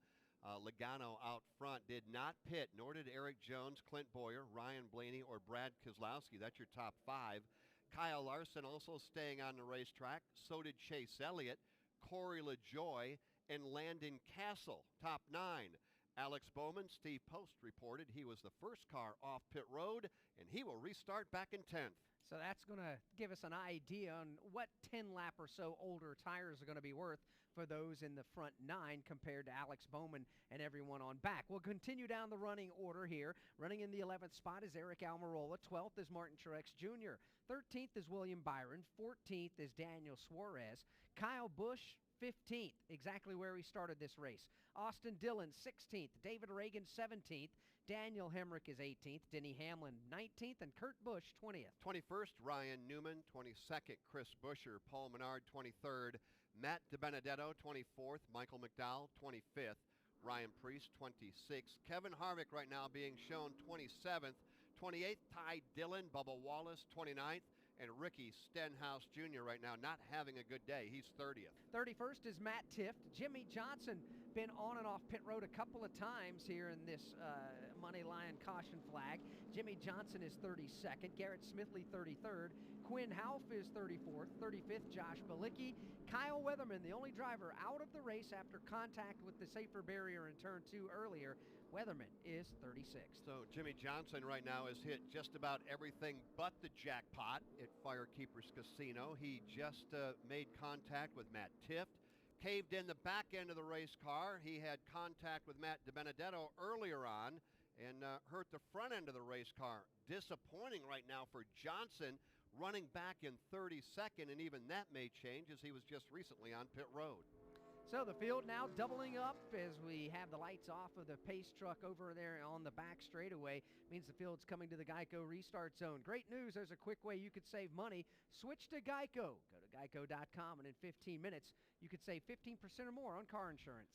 White clouds, blue sky, sunshine overhead. Mike Bagley, time to lock and load here and put him back under the green flag. They are lined up double wide for the restart. Race leader Joey Logano will opt for the outside line, as he's done since the initial start of the race this afternoon. To his left elbow will be Eric Jones. Behind them, you got Clint Boyer on the inside of Ryan Blaney. You've got Brad Keselowski then to the inside of Kyle Larson behind them. And a couple of Hendrick Motorsports teammates in Chase Elliott and Alex Bowman. They will start wheel to wheel as the field angles up for the restart here The safety truck is set to hit pit road. As that safety truck goes to pit road, the fans come to their feet, and we look to the flag stand as the field hits the Geico restart zone. Green flag will go in the air when the race leader Joey Logano jumps back on the throttle. He'll do so. He'll get away by a car length. His Team Penske Ford teammate Ryan Blaney is there assisting in the draft. Blaney now trying to work to the outside of the Eric Jones machine. That's the side-by-side battle for position number 2. Jones has got absolutely no drafting help on the bottom, and as a result, he'll go backwards. Blaney goes to the number 2 spot. More challenges coming to the right elbow for Jones. And that next challenge is in the person of Clint Boyer. Then it's Kyle Larson. Eric Jones getting the shuffle backward. Keselowski there as well. Larson steps to the outside, trying to get a run on Boyer. That'll be a battle for third. It is now 3 wide. Eric Jones all the way to the bottom of the racetrack. In the middle, Clint Boyer topside, and getting a very good run off the corner is Kyle Larson. He'll hold on to third and now set his sights on Ryan Blaney. Haven't heard much from Kyle Larson so far this evening, but he's getting a little bit noisy now. Powers to the number 3 position. Looks to the inside of the racetrack on Ryan Blaney, but there's nothing there as they exit turn 2. He will back away. Larson running in third with Keselowski and Boyer fourth and fifth. Boyer took a look to the inside of Keselowski there for a moment. He will back away, and Larson once again goes to the outside of the racetrack, trying to get that Chevrolet wound up and challenge the top 2. Trying to get that momentum where it needs to be to get a run on that top 2, being Joey Logano the leader. His teammate Ryan Blaney second. Here's Larson in that blue Camaro trying to find some room to race. Top 3 all pretty much nose to tail. Then it's just a car length or 2 back to Brad Keselowski in the 4th spot. Boyer rides in 5th. 6th to Eric Jones, then Alex Bowman. Chase Elliott, all for the moment, single file. No one is able to get away after this restart. With Logano at the front of the pack, his lead is only a half a car length over his teammate Ryan Blaney. Then you get back to Larson. He's looking to the outside, and Brad Keselowski is looking to his inside. Boy, when Kyle went up the racetrack, Brad dove down to the bottom of the racetrack but couldn't make it stick. Now diving to the inside of the racetrack is Clint Boyer. It's on. Clint on the inside, Brad on the outside. Let's see if Boyer can keep that momentum up in the tighter low line. He's got a fender up on Keselowski. Brad trying to stay with him. May not get it done. Boyer slides up. No room there. Has to go all the way to the bottom on the backstretch. Oh, he had to snap that car back to the bottom of the racetrack, or else he was headed nose first into the safer barrier. Give 4th to Keselowski. Boyer falls to 5th and into the clutches of Eric Jones. Good battle now shaping up for third. Brad Keselowski took a look to the inside of Kyle Larson. The no vacancy light was on. Larson will hang on to third. Keselowski now, he gets a shove in the back bumper. Clint Boyer giving Keselowski all he can handle. A lap ago, they were battling for that number 4 position. Boyer now giving Brad a good shove back up into that battle for the top 3. Kyle Larson looks low on Ryan Blaney for second place. Can't get the job done as they race toward 3. First side-by-side battle in the top 5. That's for position number 5. That's where Eric Jones started a run to the inside of Boyer. He's still there. Quarter panel up alongside as that Toyota Ford battle races off the corner. Well, how about this? You got about 10 cars battling for one spot, and that's position number 5. Here they come across the line. Battle for 5th is on. You've got Clint Boyer, Eric Jones, Alex Bowman, Chase Elliott, Daniel Suarez. They're all going after it, Dave. Boyer and Bowman helping each other in that high group, but again, Eric Jones is virtually alone on the bottom. That'll allow Boyer to drive away to 4th place. Here comes Bowman around the outside. Oh, and Eric Jones will squeeze in line right behind Bowman and right in front of Chase Elliott. Elliott's got him all kinds of jacked up on the back straightaway. They'll part company, sort it all out, but a close call there for Eric Jones on the back straightaway. 40 laps to go here in stage number 2 of today's FireKeepers Casino 400. Joey Logano continues to keep all challenges at bay. This one coming from his teammate Blaney this time. Blaney right there, less than a car length in arrears, and another car length back to the 3rd spot. That's Kyle Larson. Another car length to Brad Keselowski. Everybody running for the moment, single file as they head for turn number 3. Team Penske running in positions 1, 2, and 4 with that Chip Ganassi Chevrolet of Kyle Larson sitting in 3rd. Larson presses the issue. He's trying to widen out the groove and also trying to get a run at the top 2 of the process. 20 laps to go here in stage number 2. Make that 40 lap. Well, now I can't do the math here. They come across the line. 82 laps in, 23 to go. until we get to, you're looking at me, I still got my math wrong, don't I? Yeah, you do. All right. 120 is where we end stage number 2. So 120 minus 82, 38 laps. You know, I'm looking at a monitor that has the wrong number, and I knew it when I started it. When we came in, bottom line, when we came and got the green flag, was this what you were expecting? No, it was not. I expected this late in the race. I didn't necessarily expect it here in the early part of it. I thought everybody was going to kind of mind their P's and Q's, make sure the car was handling well, get to the second half of the race, and then really go at it. This has been far more than anything I expected to see. Dave Moody, does this match what you expected here in the early part of the race? No, it exceeds it, Alex. I'm just like you. I figured everybody was going to mind their manners, keep their hands in their pockets until we got toward the end of segment number 2 or stage number 2 to make this an official race.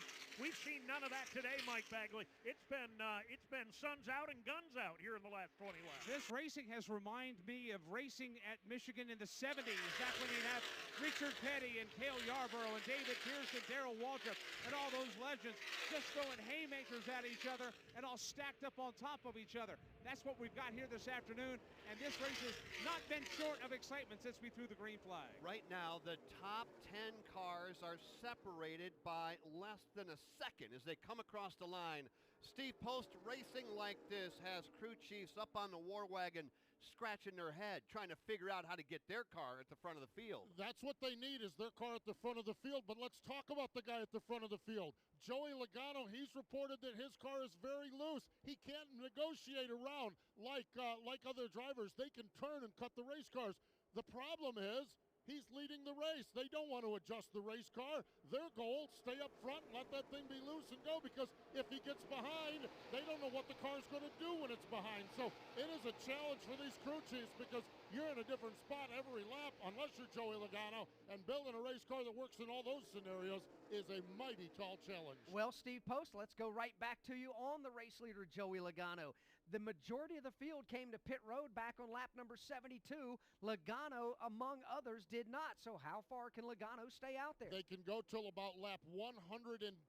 110, that's 10 laps short of the distance of this stage. So those cars that did not pit will need to pit. Those cars that did pit are right on the outside average of making it to the end of stage 2. So nothing new at Michigan. We're calculating fuel mileage here as well this afternoon. Earlier in the race, Kevin Harvick made an unscheduled pit stop. On lap number 67, Harvick was scored dead last in 36th, 1 lap down. Currently, after getting the free pass, Kevin Harvick has rallied. He's back up to 12th. Unbelievable. And for Kyle Busch fans right now, Kyle running in 14th. A long afternoon and early evening for him. But don't count him out. Don't count Harvick out. You can't. As they come across the line, 87 laps are complete. Joey Logano, Ryan Blaney, Kyle Larson, Brad Keselowski, and Clint Boyer. Ryan Blaney driving that Wrangler Ford. And by the way, Motor Racing Network live coverage presented in part by Wrangler. Wrangler outdoor pants and shirts made with durable fabrics, moisture management, and UPF 30 protection. Wrangler Outdoor, clothing with outdoor credibility and everyday versatility. Try on a pair today. When tracking the domestic dust bunny, you commonly find them hiding under wardrobes next to lost socks. Don't move too suddenly or they'll scurry off. What's utterly fascinating about the dust bunny is that although they are not actually sentient creatures, when they hear that Geico not only saves people money, but also has a 97% customer satisfaction rating, it's obvious to them you should switch. Because yes, switching to Geico is a no-brainer. Oh no, it's the dust bunny's only natural predator. Run along, dust bunnies, run along. Peanuts or pretzels? Hi, I'm craving tapas. In Coach? Some mixed olives, those tiny meatballs, ooh, and tortilla española. So, peanuts or pretzels? 3 times the points on travel makes everyday experiences feel luxurious. At Navy Federal Credit Union, our members are the mission, which is why the flagship credit card gets you 3 times the points on travel and 2 times the points on all other purchases. Visit NavyFederal.org to learn more. Navy Federal Credit Union, open to the armed forces, the DoD, veterans, and their families, insured by NCUA. The revolving door continues for the runner-up spot. It was Ryan Blaney. Now it's not. Now it's Kyle Larson. He's been there before. Blaney goes 3rd. Brad goes 4th, and Clint Boyer 5th. Everybody is and has been chasing Joey Logano. He continues to lead 90 laps complete from Michigan International Speedway. This is the Motor Racing Network, the voice of NASCAR. Looking towards the weekend? Aren't Thursdays a drag? Ours too. Get your weekly dose of nitro-fueled NHRA talk every Thursday on The Straight Line, presented by O'Reilly Auto Parts. This is Ralph Shaheen. Join Doug Herbert and myself as we talk with the biggest names, both past and present, to ever stomp down on the loud pedal. Top Fuel, Funny Car, Pro Stock, motorcycles, you name it, we talk about it. Don't miss The Straight Line, Thursdays on MRN.com, iTunes, or wherever your favorite podcasts are heard. When the racing concludes each weekend, keep up with the non-stop NASCAR news each weekday on NASCAR Today midday. The drafting type races I've always excelled in, so that's where I see a tremendous advantage. I think it was very important for us to get Martin and to get Cole, both of those as a group, because they're very good at what they do. NASCAR Today midday, Monday through Friday on the Motor Racing Network, the voice of NASCAR.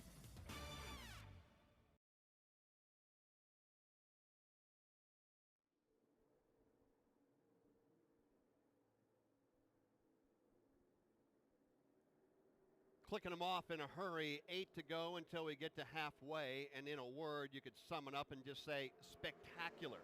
That is the word that could describe the first 92 laps that we have had here. We put them under the green flag shortly after 5 o'clock Eastern time.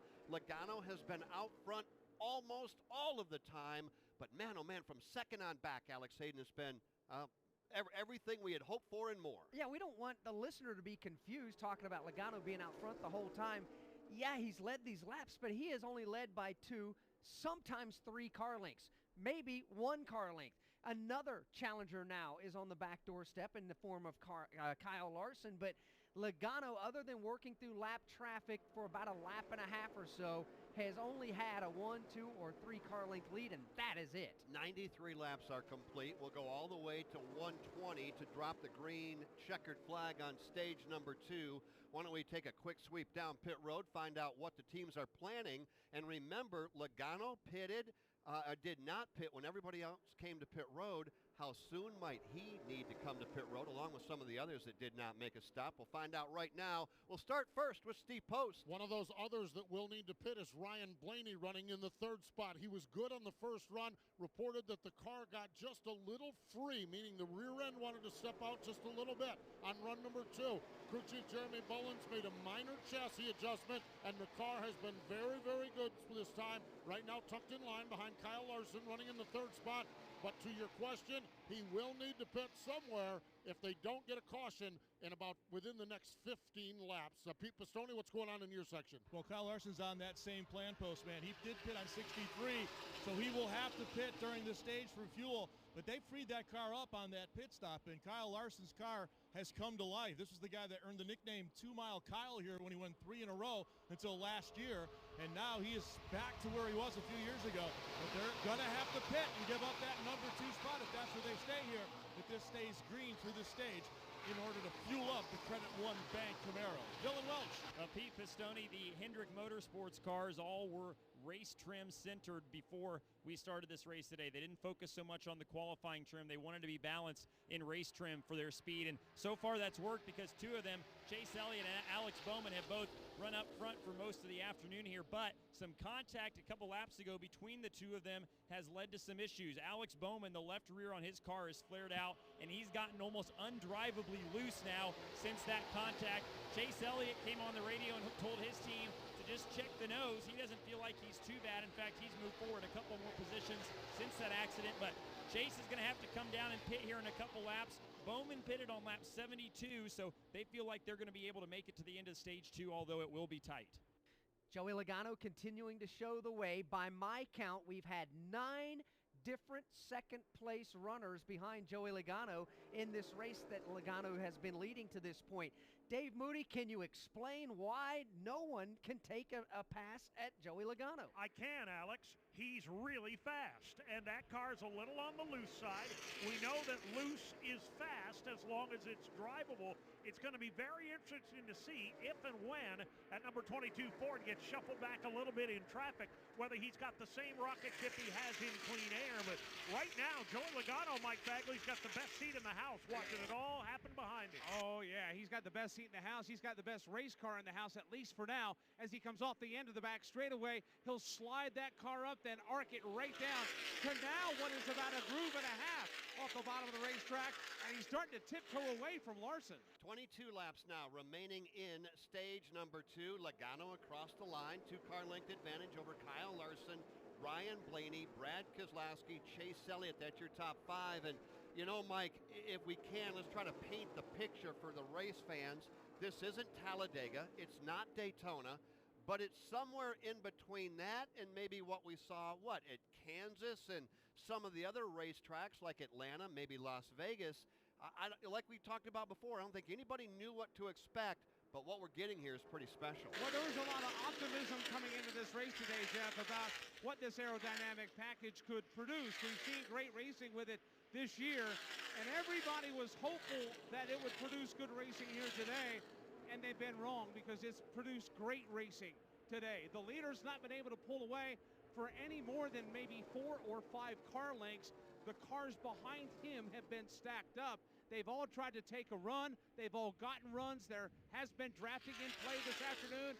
And right now, you've got about the front 8, 9 cars separated by about less than a second, and they're all jostling around for position while they do that. It is spectacular racing that we're getting to see here in the FireKeepers Casino 400. And Kim Kuhn, I know you've been paying an awful lot of attention to what people are talking about on social media. Are people excited about what we're seeing as well? Absolutely, Alex. You just said spectacular racing. You guys did a sweep earlier of the turn guys. They say this exceeded their expectations. Well, the fans on Twitter are agreeing. I just went through the timeline, and a couple stood out to me. One from Matthew Lewis. He said, just simply, this is good stuff.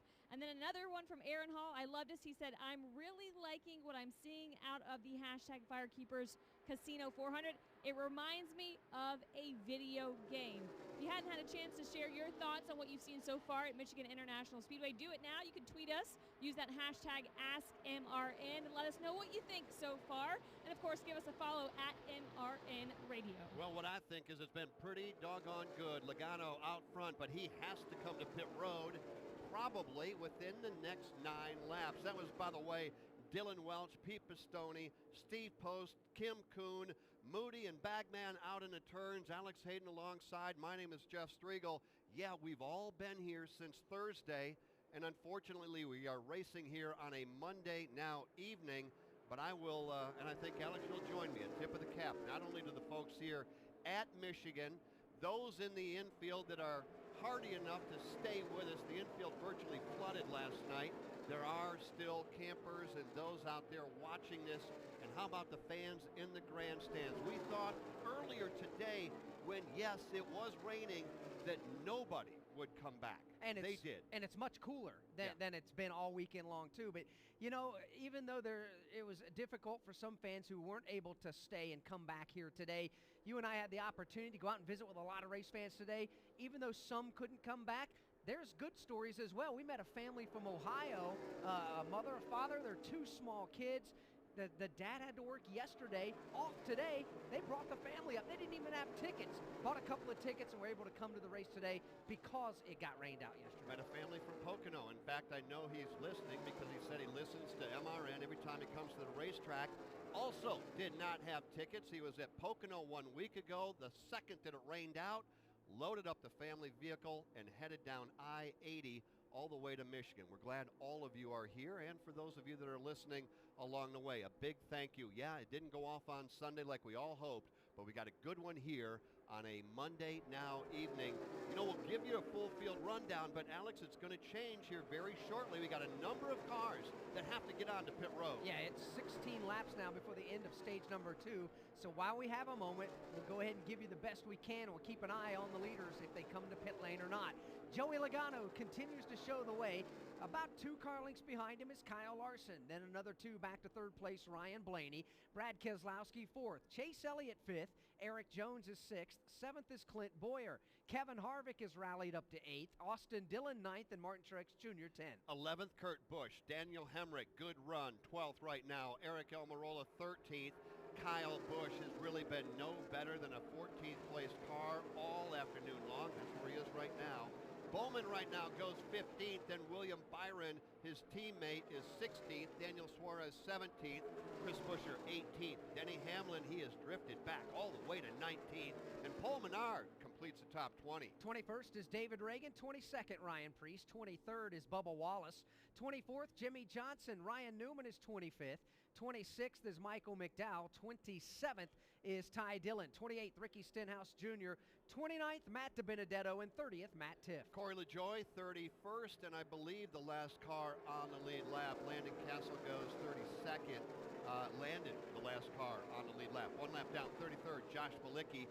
Garrett Smithley, 34th. Quinn Houff, 35th. Out of the race, went out on lap 69. Kyle Weatherman, he will be scored 36th here this evening. Kyle Busch started today's race in the 15th position. The only time we've talked about him is we've given a full field rundown. Currently, he's been able to improve his starting position by 106 laps in. Kyle Busch currently being scored in the 14th position. Here's some audio from Kyle Busch talking with his team. Remember, if it goes, them other guys up front won't be able to run the whole way. So, he's doing what we're doing. Think what's giving you. Sure would be nice if I could pass anything. Sure would be nice if I could follow within 8 lengths of the guy in front of me. I think we made it worse. Agreed. Eight guys in front of me can't make it, so if the yellow comes out, they'll have to pit. So we're P16 right now. That's the audio between crew chief Adam Stevens, driver Kyle Busch, discussing it and saying that 8 in front of us can't make it, meaning they can't make it to the end of stage number 2 on the tank of Sunoco fuel because they stayed out when everybody else came to pit road back on lap number 72. Lap 108 goes on the board. We are just 12 away from the conclusion of stage number 2. And we do expect those cars to be on pit road in a lap or two. Logano, Larson, Blaney, Keselowski, Chase Elliott at your top 5. Hey, stay with us, the Motor Racing Network, for the AutoZone Commercial Free Zone. Near the end of tonight's race, has your check engine light come on recently? Then check out the free AutoZone Fix Finder service. It'll help you troubleshoot the likely cause. So get in the zone, AutoZone. All right, welcome to F-150 Radio. Call from Georgia. Chad, what's shaking in Macon? I know the F-150 kicks butt and takes names. Like how the high-strength military-grade aluminum alloy F-150 thrashes the competition with best-in-class towing and torque? Mm-hmm, not surprised. Totally saw that coming. Chad, how do you know so much about F-150 beating the competition? I drive the competition. Got a 10-year lease. Kind of embarrassing, huh? Maybe I shouldn't advertise that fact on a national talk radio show. Good call. The Ford F-150. It doesn't just raise the bar, it is the bar. Best-in-class claims with properly configured vehicles. Class is full-size pickups under 8,500 pounds GVWR based on Ford segmentation. Now get a 2019 F-150 with 0% financing for 72 months. Only at your Ford dealer.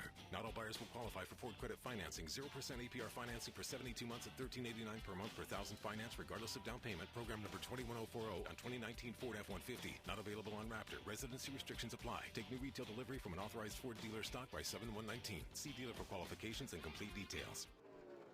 Kyle Larson took a shot at Joey Logano coming off turn number 4. Got a fender alongside. Logano slammed the door, said, "No, thank you. I'll hold on to the race lead." And he will do so right now by a half a car length over Larson, Ryan Blaney, Keselowski, Chase Elliott. Those cars have got to be on pit road here in another lap or so from Michigan International Speedway. This is the Motor Racing Network, the voice of NASCAR. For children with chronic medical conditions, Victory Junction means friends, fun, freedom. That's because we provide a medically safe environment where kids who live in a world of hospitals and doctors' visits can laugh, play, and discover all they can be, all at no cost to their families. Victory Junction inspires confidence, builds self-esteem, and changes the life of every camper who comes through our gates. Find out how you can change a child's life. Go to victoryjunction.org. You hear it every week. Just want to thank the whole team and all our guys back in Denver. Everybody supports this team. They're the unsung heroes of NASCAR, and their life is the pit. This is Rocco Williams, and for 10 years, I've jacked up some of the biggest names in auto racing, and now I'm jacked to bring it all down to street level and acquaint you with the guys behind the wall and back at the shop. Join me on MRN Crew Call, presented by Money Lion, every Wednesday on MRN.com, iTunes, or wherever podcasts are found.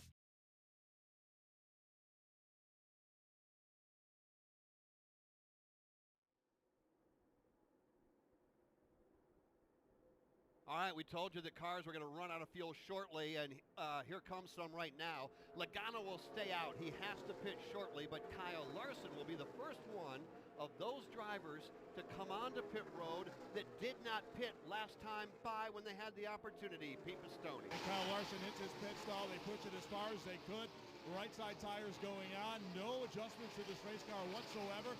One tank of Sunoco fuel, so it's just right side tires only for Kyle Larson. He's down and away. Minimize the damage, get back out there and try to stay on the lead lap, knowing that the end of the stage is only 6 laps away. Here's the race leader, Joey Logano. He'll peel off the racetrack. His Team Penske Ford teammate, Brad Keselowski, he'll follow him down the pit lane as well. Eric Jones is in. Here's Brad Keselowski in front of Dylan Welch. And Brad Keselowski got the go-ahead signal to go hard these last few laps. They were going to try and save, hope for a caution. None doing. 2 tires and fuel as the right front changer stumbles, nearly gets hit. 2 tires and fuel for Brad K. Steve. Joey Logano, the very first pit box. Here he is, gingerly bringing his Ford Mustang in. Going to go with left side tires and Sunoco racing fuel. 2 tires, Sunoco racing fuel for Joey Logano. Pete Pistone. Eric Jones, ditto. Left side tires only, Sunoco racing fuel. No adjustments for Eric Jones. For Joe Gibbs Racing, he is down and away. All right, we have 3 more cars that have to come onto pit road. They include Ryan Blaney, Chase Elliott, Clint Boyer, and as we say that, here comes that bright red Ford Mustang. Menards on the side, 12 on the door. Ryan Blaney headed your way, Steve. Ryan Blaney brings it in, cranks the car to the left. He is in the pit box now, slowly in the pit box. Going to be a left side tire change as well. Sunoco racing fuel, very quickly done. A scrub of the front grille for one of the crew members, Ryan Flores, one of the tire changers on the front of the car. Ryan Blaney, his pit service done. He is down and away. Got a safety violation for Brad Keselowski. One of the crew members dropped the air gun trying to get back towards the pit wall. That's a safety violation. Keselowski will have to do a pass-through penalty here under green. Chase Elliott is in front of Dylan Welch. The crew jumps off the wall for Chase Elliott, goes around changing right side tires and fuel. That's all they're going to do for Chase Elliott, just right sides and fuel. And just to add quickly to the Brad K story, the changer, the right front tire changer, when he tried to get up from changing the tire, lost his footing and stumbled in front of the race car. Brad had to wait on him to kind of get out of the way before he could pull out of his pit stall. And then in turn, the crew member dropped the air gun as well. So just kind of a litany of unfortunate events there for the 2-car, and a stop that was delayed because of it. Brutal, unbelievable for the 2-car. Brad Keselowski just got the black flag. Brad, you got to come to pit road. Pass through. That is going to cost him. Steve Post, Clint Boyer took the lead, then gave it up. Now he's headed to you. Here he is coming into his pit box in 4, 3, 2, 1. Boyer hits his marks. This team going with right side tires on the Haas CNC Ford Mustang. 1 can of Sunoco racing fuel. Boyer grabs the gear. He's down and away. So Clint Boyer pulls back out on the racetrack. Across the start-finish line, Austin Dillon is the new race leader. 3 laps to go before the conclusion of stage number 2. Here's Brad Keselowski. He'll serve the pass-through penalty for the safety violation that Dylan Welch explained that happened with the front tire changer losing his balance and dropping the air gun. It's all about safety down there with that air hose attached to the gun. Brad could have run over that, caused all kinds of problems. That's the reason for the safety violation penalty. It's Austin Dillon, the leader. Kevin Harvick is now being scored 2nd. Martin Truex Jr. is 3rd. Kurt Busch 4th. Eric Almirola is 5th. Field continues to work around the racetrack. 2 laps to go before the conclusion of stage 2. Kevin Harvick is working his way behind cars over to turn number 1. From a lap down, he caught himself a free pass to regain his lost lap. A fast race car has done the rest. Here comes Harvick. He wants to win stage number 2. He looks to the inside on Austin Dillon, but he can't get it done on the back stretch. You'll have to back away and follow him up the back straightaway. Austin Dillon is your leader right now. Kevin Harvick is right behind him, racing back into turn number 3. Matter of fact, they're separated by 2 car lengths in turn 4. Austin Dillon has never won a stage since we began stage racing. Here he is up off turn number 4. Kevin Harvick is in his tire tracks, green checkered flag in the air, and Austin Dillon wins stage number 2 of the FireKeepers Casino 400. Kevin Harvick will finish 2nd, Martin Truex Jr. 3rd. 4th is Kurt Busch. 5th, Eric Almirola. Kyle Busch 6th. Daniel Hemrick 7th. William Byron 8th, 9th Alex Bowman, and the final position to get points here in the stage will be 10th place Chris Busher. The caution is out for the 4th time, sponsored by MoneyLion, the world's most powerful financial membership. MoneyLion, here we roar. Since 1942, Freightliner has been an industry innovator, developing trucks renowned for their dependability and efficiency. Whether your job requires a dump truck, a concrete mixer, or a delivery truck, you can count on Freightliner to maximize your productivity. With a wide range of horsepower and torque rating that meet even the most demanding job conditions, Freightliner trucks are built to build your business. Learn more at Freightliner.com. Freightliner, work smart. Hi, this is Mike Backley. Join me and the rest of the MRN crew every Tuesday night for NASCAR Live.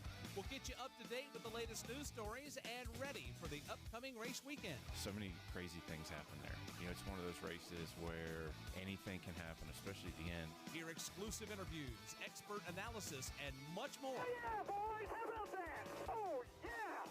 Great job! It's NASCAR Live this Tuesday night at 7 Eastern on the Motor Racing Network. Working under the MoneyLion caution flag after the penalty for the safety violation for Brad Keselowski. Under green, he had to do a pass-through penalty at pit road speed. He did, in fact, lose a lap. He's being scored 32nd. He was not the free pass recipient. Landon Castle will get the free pass just in front of Brad Keselowski, so Brad will be one lap down. Austin Dillon, the race leader after his first career stage win from Michigan International Speedway. This is the Motor Racing Network, the voice of NASCAR. Here's your chance to win a set of your very own Hercules tires. Go to HerculesTires.com/MRN. Simply register, and each month we'll give away one set of tires. Hercules Tires has the value, selection, and industry-leading mileage coverage to get you wherever you need to go, no matter where the road takes you. Register now for your chance to win a set of Hercules tires at HerculesTires.com/MRN. Hercules Tires. Ride on our street. MRN's Classic Races. Labonte gets crossed up. Labonte goes around. Dale Earnhardt now watches Labonte spun across the line and got the win. Spanning 50 years of NASCAR racing. Army Hall. There's a beautiful afternoon here in Daytona Beach, and the action will be fast and furious. Legendary voices, legendary races. Darrell, simply, what happened? I just hope he chokes on that 200,000. That's all I can tell him. MRN's Classic Races. Available on MRN.com, iTunes, and your favorite podcast providers. He did touch. No, he knocked the hell out of me.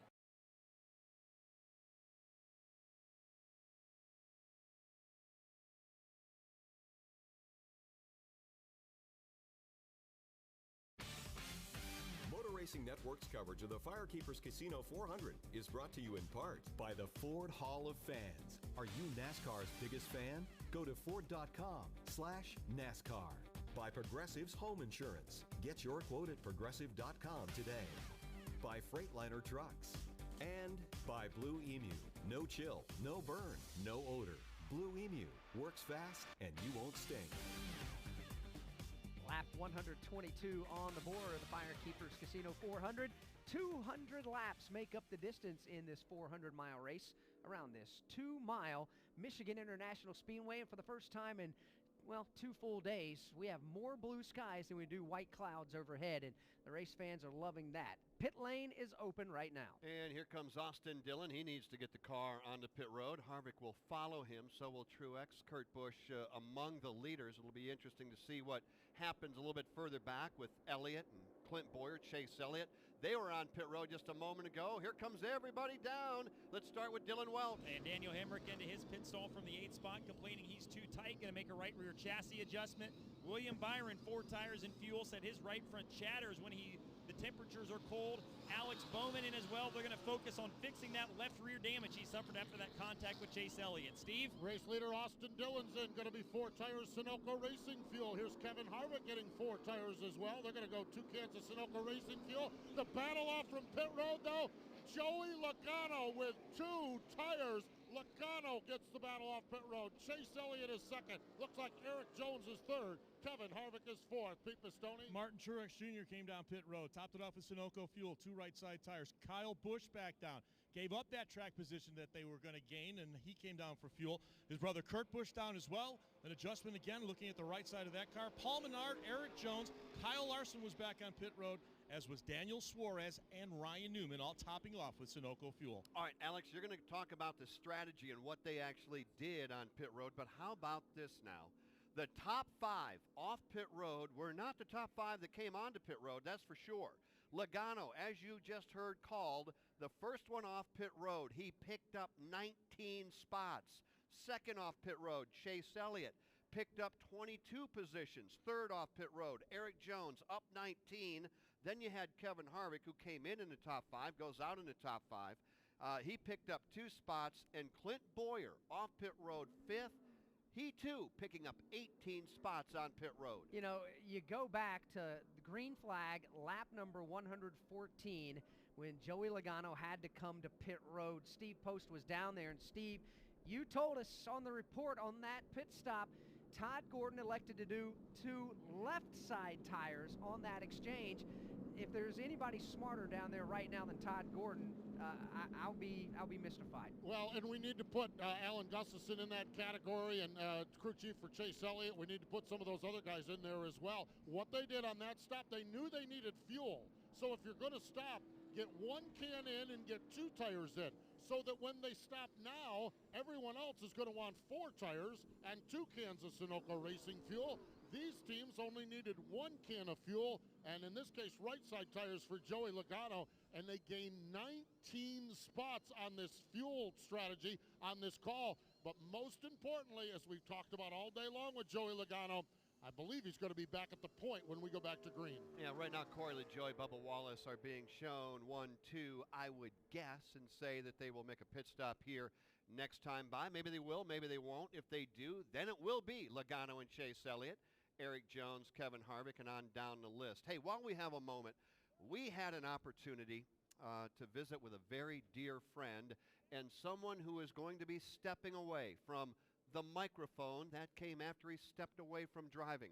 Darrell Waltrip, after 19 years in the Fox broadcast TV booth, is calling it a career after the race next week in Sonoma, and we asked DW about his plans after retiring here in just a couple of weeks. You know, I had Chapter 1 as a driver, Chapter 2 as a broadcaster. I don't know what Chapter 3 is going to be yet. I really haven't thought a whole lot about it. I like to give speeches. I've given a lot of motivational speeches. I went to the presidential prayer breakfast 3 or 4 years ago, and that was a big hit. And so there's things like that I know I can do. I might write some books. I don't know. I might play a lot of golf. I don't know. Or someone may offer me a job that I can't refuse. So I just don't know yet. I'm going to wait and see. I'm a day-to-day guy. I got up today and I'm doing today, and I'm going to get up tomorrow and I'm going to do tomorrow. I've never had a long-term plan, and I don't have one right now for my future. That's only about 40 seconds of about a 15-minute conversation both Jeff and myself spent with Darrell Waltrip just a couple of moments before we went on the air this evening here in Michigan. You can hear that entire discussion / conversation / interview / storytelling from NASCAR Hall of Famer Darrell Waltrip in a couple of weeks.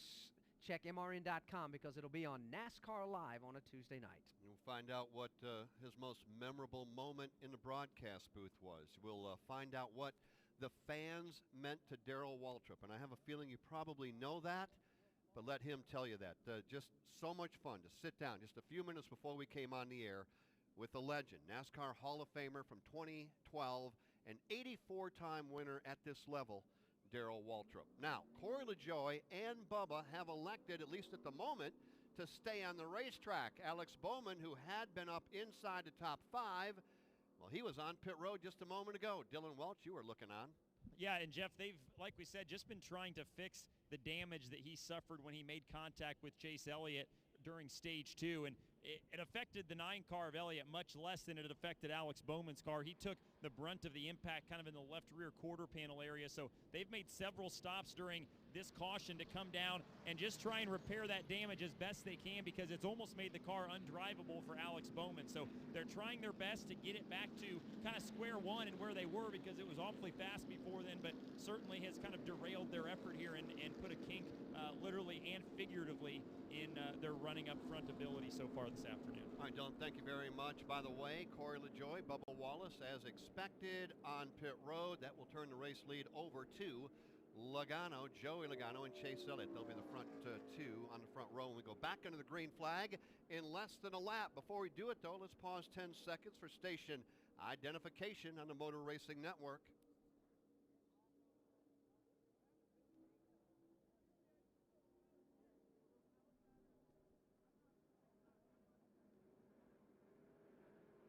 Geico restart coming up here momentarily. Row 1, Logano and Chase Elliott for the restart. There'll be 73 laps to go. Welcome back to Michigan International Speedway, the Motor Racing Network, with you with live coverage. Yeah, live coverage. It was supposed to go off yesterday at 2. We dropped the green flag shortly after 5 here today. The FireKeepers Casino 400 for the Monster Energy NASCAR Cup Series, getting ready to run the final 73 laps.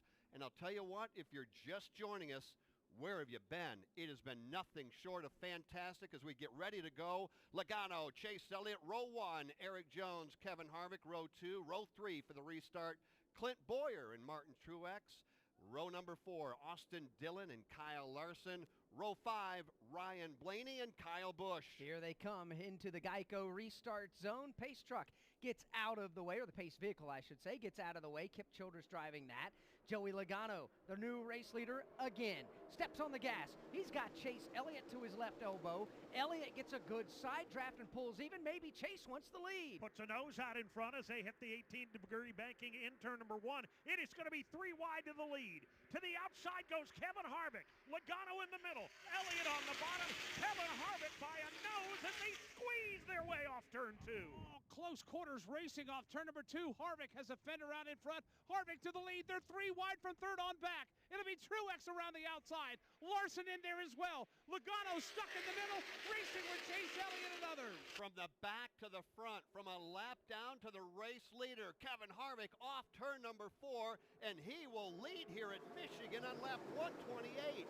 Truex now second, then Kyle Larson, Eric Almirola, and Joey Logano. Logano has stopped the bleeding. He falls in line in the number 5 spot. Chase Elliott still getting the bums rush on the bottom of the racetrack. He's back around 7th. Been a challenge to the outside from Kurt Busch. Now the battle's on for second. Larson steps out of line to the inside of Martin Truex Jr. However, Truex will get a shove from Eric Almirola. Truex will keep second. It's Larson and Almirola side by side for third. Eric Almirola running midway through the banking of turns 3 and 4. That'll propel him, and there's one car sideways. A heck of a save. Hard contact with the right rear corner, or was there? Kyle Larson nearly got into the fence on exit of turn number 4. Looked like he may have bounced the right rear off the safer barrier. Dave, put the glasses on it and see what you see. For the moment, he is still running. Oh, sideways is Eric Jones. He gets turned. Boyer slams the outside wall at the exit of 2. Everybody scattering to avoid Clint Boyer. Clint Boyer around sideways in the middle of the back straightaway. I'm sorry, I lost the button for a minute. Ty Dillon with a great move to the outside. Squeezed past Clint Boyer with about an inch to spare. Heavy damage on the Boyer machine. Eric Jones got sideways at the exit of turn number 2. Everybody took evasive action thinking he was going to spin. He didn't, but Clint Boyer ran out of real estate. We just tore up some very good race cars involved over there in turn number 2. I'll let you catch your breath for a minute. Caution flag number 5, lap 129. It all broke out in front of you, Dave. It all started when the Eric Jones machine, racing hard for position, got plumb sideways, 45 degrees gone in the middle of turn number 2. Everybody scattered to avoid him as it looked like he was going to go all the way around. He eventually made the save on it. Clint Boyer, though, ran out of real estate. He got sandwiched up into that outside retaining wall at the exit of turn number 2. Ty Dillon, as I mentioned, made a great move to avoid. cleared him by about 1.5 inches, or it could have been a whole lot worse. They were 3 wide with Austin Dillon on the bottom, Clint Boyer in the middle, Eric Jones on the outside. You've had a chance to take a look at it. It looked like Clint Boyer just simply lost the grip of the front tires, and the car went up the banking just a bit and got into Eric Jones. Jones was able to save the race car. Dave Moody appropriately described the carnage over there with Clint Boyer's race car after it got hard into the safer barrier. Now, just before that happened, off turn number 4, we said Kyle Larson got sideways. We've been able to take a peek at the ISM Vision replay there as well. He did gently kiss the safer barrier at the right rear corner of that Chevrolet Camaro as well. So all kinds of things happening there on lap 129. Pit road is open. Leaders stay out on pit road. A used up Ford Mustang, Steve. Yeah, the Ford Mustang has Clint Boyer's name above the door. IT Savvy, one of the sponsors on the car.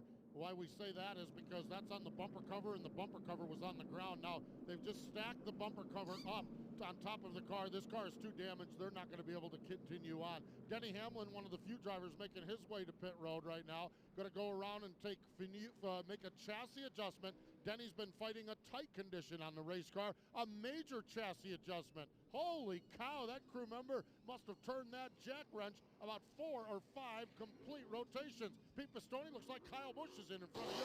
Exactly right, Postman. 4 tire Sunoco fuel, no wedge adjustment, but they did make an air pressure adjustment again, as Kyle complaining that the car was just not handling the way he had liked it. That's been a common thread for him throughout the afternoon. Dylan Welch. Petey, at the head of pit road, it was just Ricky Stenhouse Jr. in, and they've been fighting a loose condition all day long. So took another swing at it with the track bar, a couple rounds for him to try and get that thing snugged up for Ricky.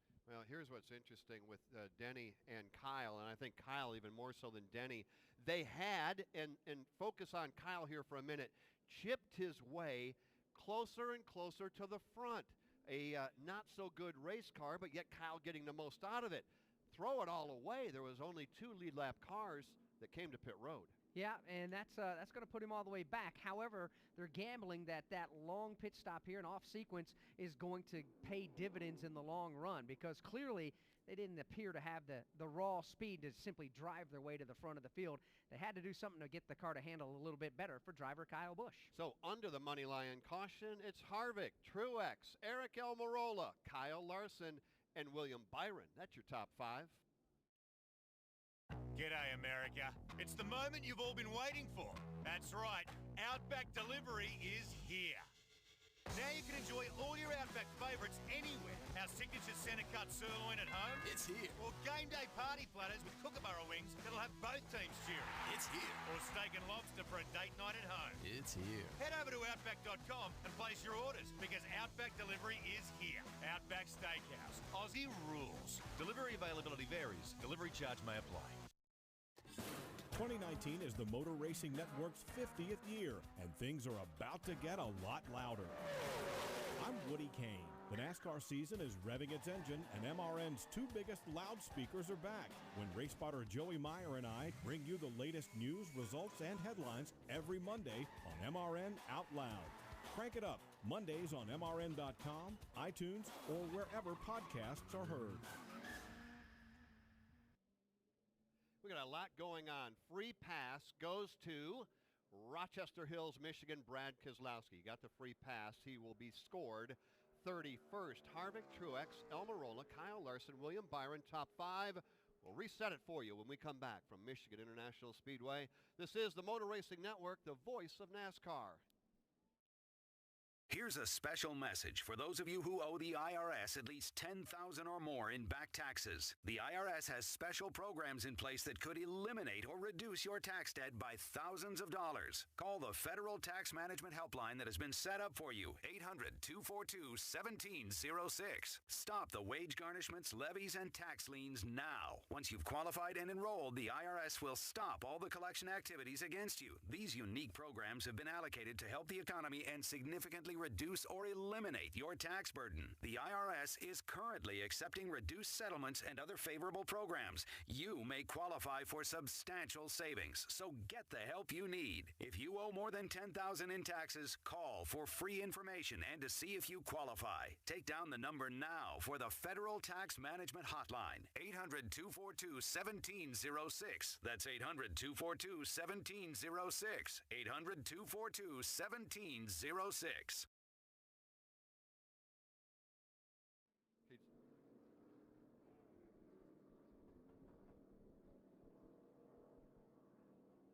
.66 laps to go. When we put them back under the green flag, and that's going to happen in a half a lap. Here's how they will go back under the green flag. Kevin Harvick and Martin Truex Jr., they will be side by side in row one. How about the climb back to the front by Kevin Harvick? But like Alex Hayden was pointing out to everybody during, or to us anyway, reminding us under the caution that Harvick took 4 tires. Remember we were talking about the big gain by Logano and Eric Jones and Chase Elliott and Clint Boyer. They all took 2 tires, and Harvick took 4, and that has propelled him to the lead with Truex alongside. Then Eric Almirola and Kyle Larson, row 2. William Byron for the first time inside the top 5. He's 5th with Logano alongside. Kurt Busch, Chase Elliott, row 4. Austin Dillon, Daniel Suarez together in row 5. As the field comes back towards the Geico restart zone, there'll be 66 laps to go in the FireKeepers Casino 400. Beautiful sunshine all over this 2-mile facility, with the exception off turn 4 all the way down this front side because of the sun going down behind us here.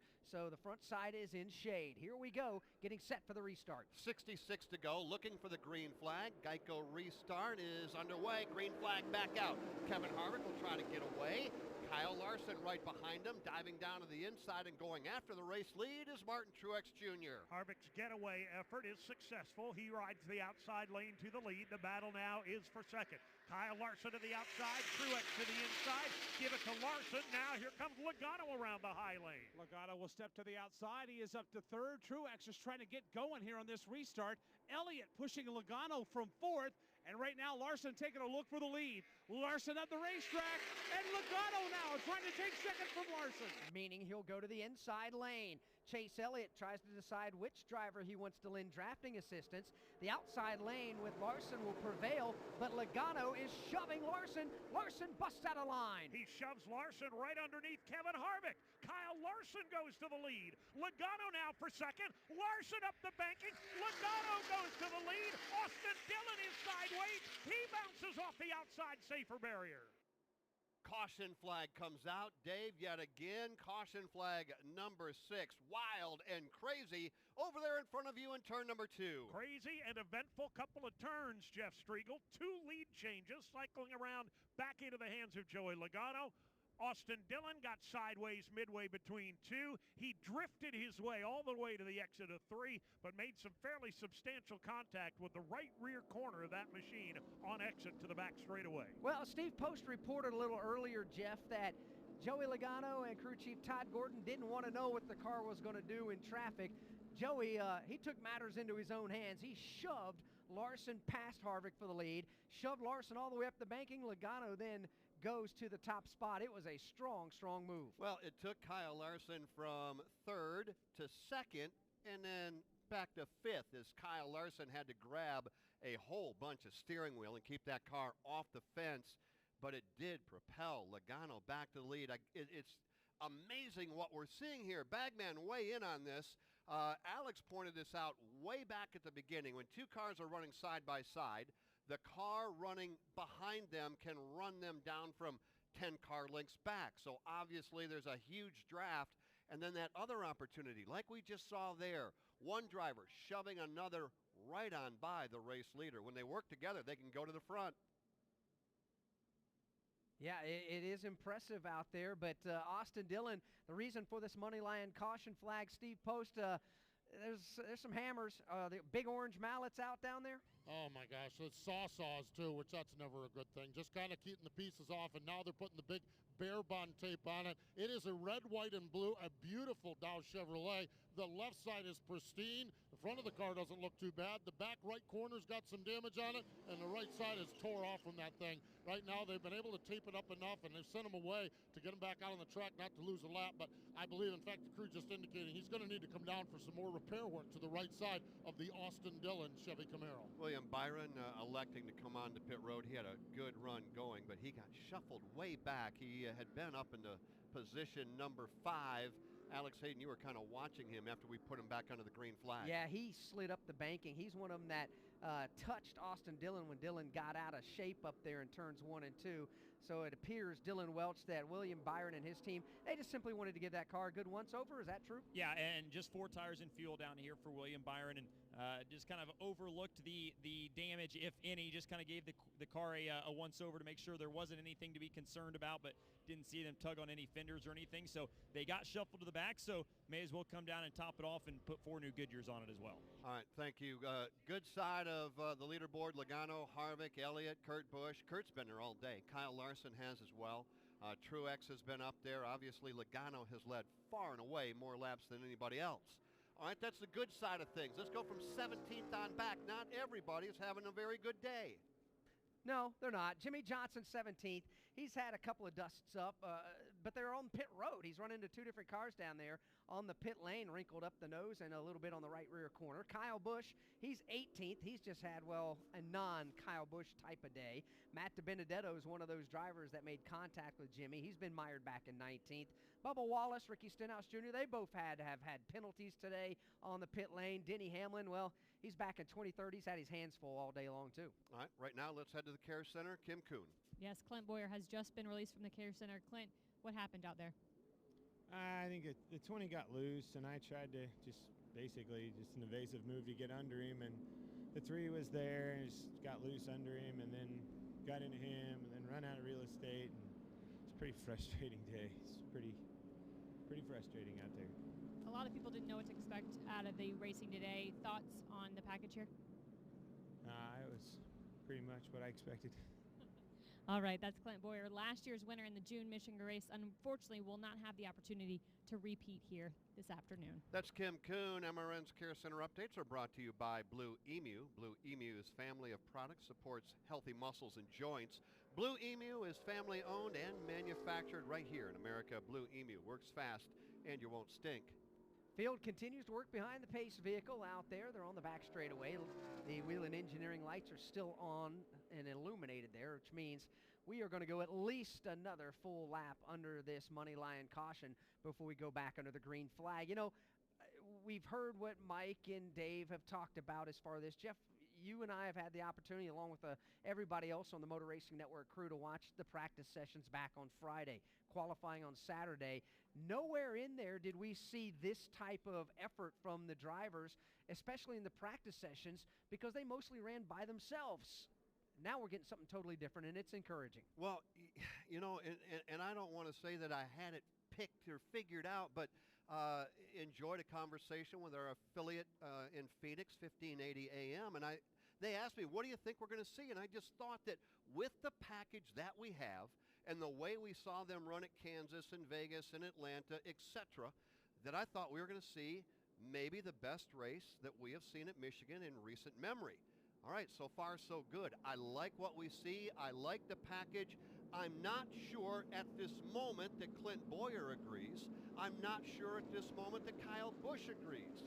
But I think if we poll the race fans as to what they have seen here this afternoon and early this evening, I think they'd have to be satisfied. Agree or disagree? I would totally agree. I think we're seeing a whale of a race here, and it started from the drop of the green flag about 5:07 p.m. Eastern time today when we put this FireKeepers Casino 400 under green. Since then, it has been absolutely wild and willy. We've seen a little bit of everything from battles for the lead and all the way through. We've seen 3 wide, a bout or 2 of 4 wide racing. We've had cars in the safer barriers.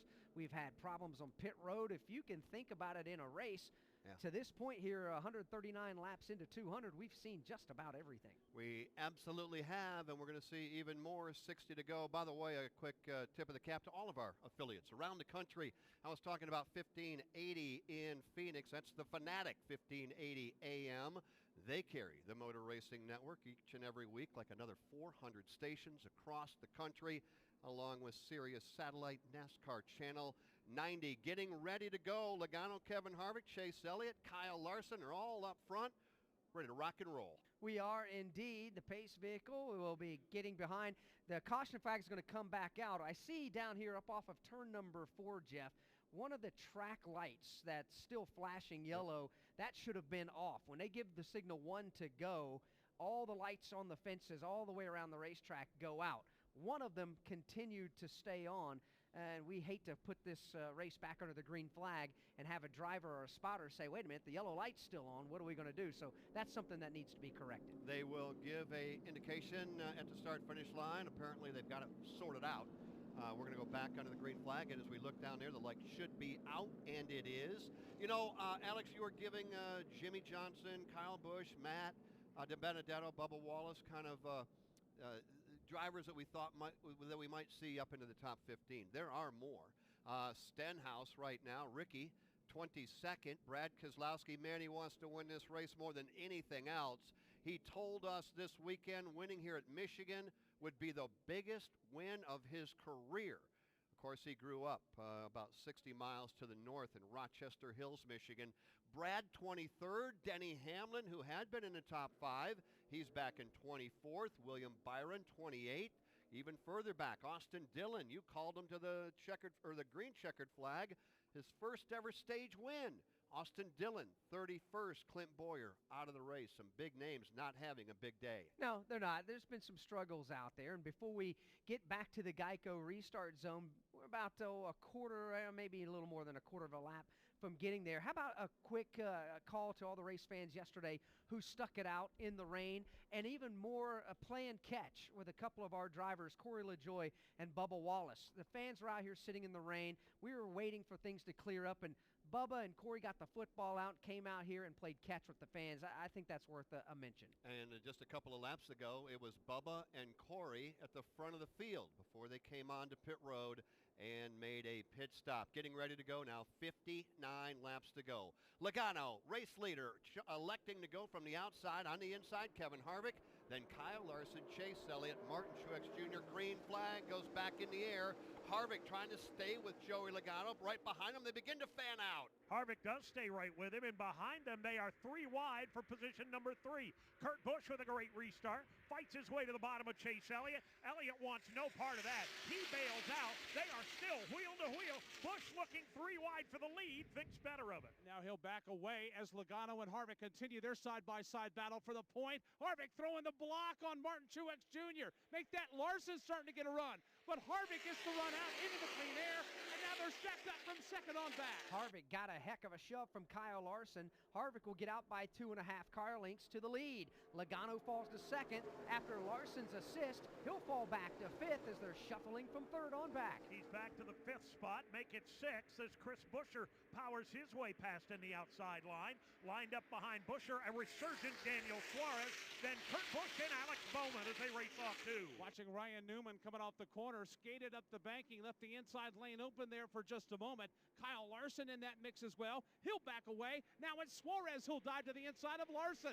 Daniel Suarez will now break his way into the top 5. Top 2 trying to get away. Man, this is the biggest that the top 2 have been away from 3rd place, and it's only 5 car lengths across the line.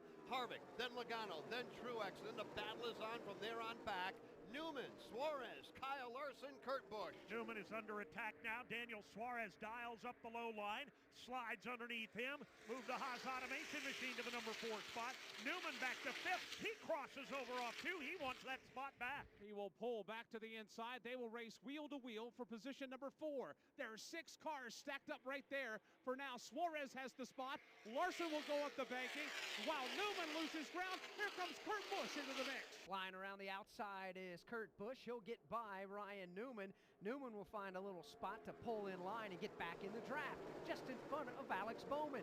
Bowman, however, gives a little love tap to the back end of that race car as they work back to turn 1. Gives him a bit of a shove into the banking. That'll allow Newman to close up onto the back bumper of Kurt Busch. Front of the pack, Harvick and Logano have busted loose by about 6-7 car lengths. Now they've settled down from third on back, and everybody's getting their act together, trying to get organized and track down these front two. They would be Truex in third, Suarez in fourth, and Kyle Larson in position number 5. And watching all of that, Bagman, is Kurt Busch, who right now runs in position number 6. Also in and among these leaders is the number 20 car, the Toyota of Eric Jones, but unfortunately, and make no mistake about it, he is not on the lead lap. Pete Pistone, unfortunately, a very good car. All of a sudden, something went wrong, and he was on pit road. What's the story there? Jeff, a vibration. They had to bring it down pit road. They filled it up with fuel and put left side tires on it. But that certainly took Eric Jones out of the running, a guy who was in the top 5 for most of the day now. Here late in the race, a unfortunate turn of events for the driver from Joe Gibbs Racing. But there's still quite a few laps left to go in this one. As a matter of fact, 55 laps to go.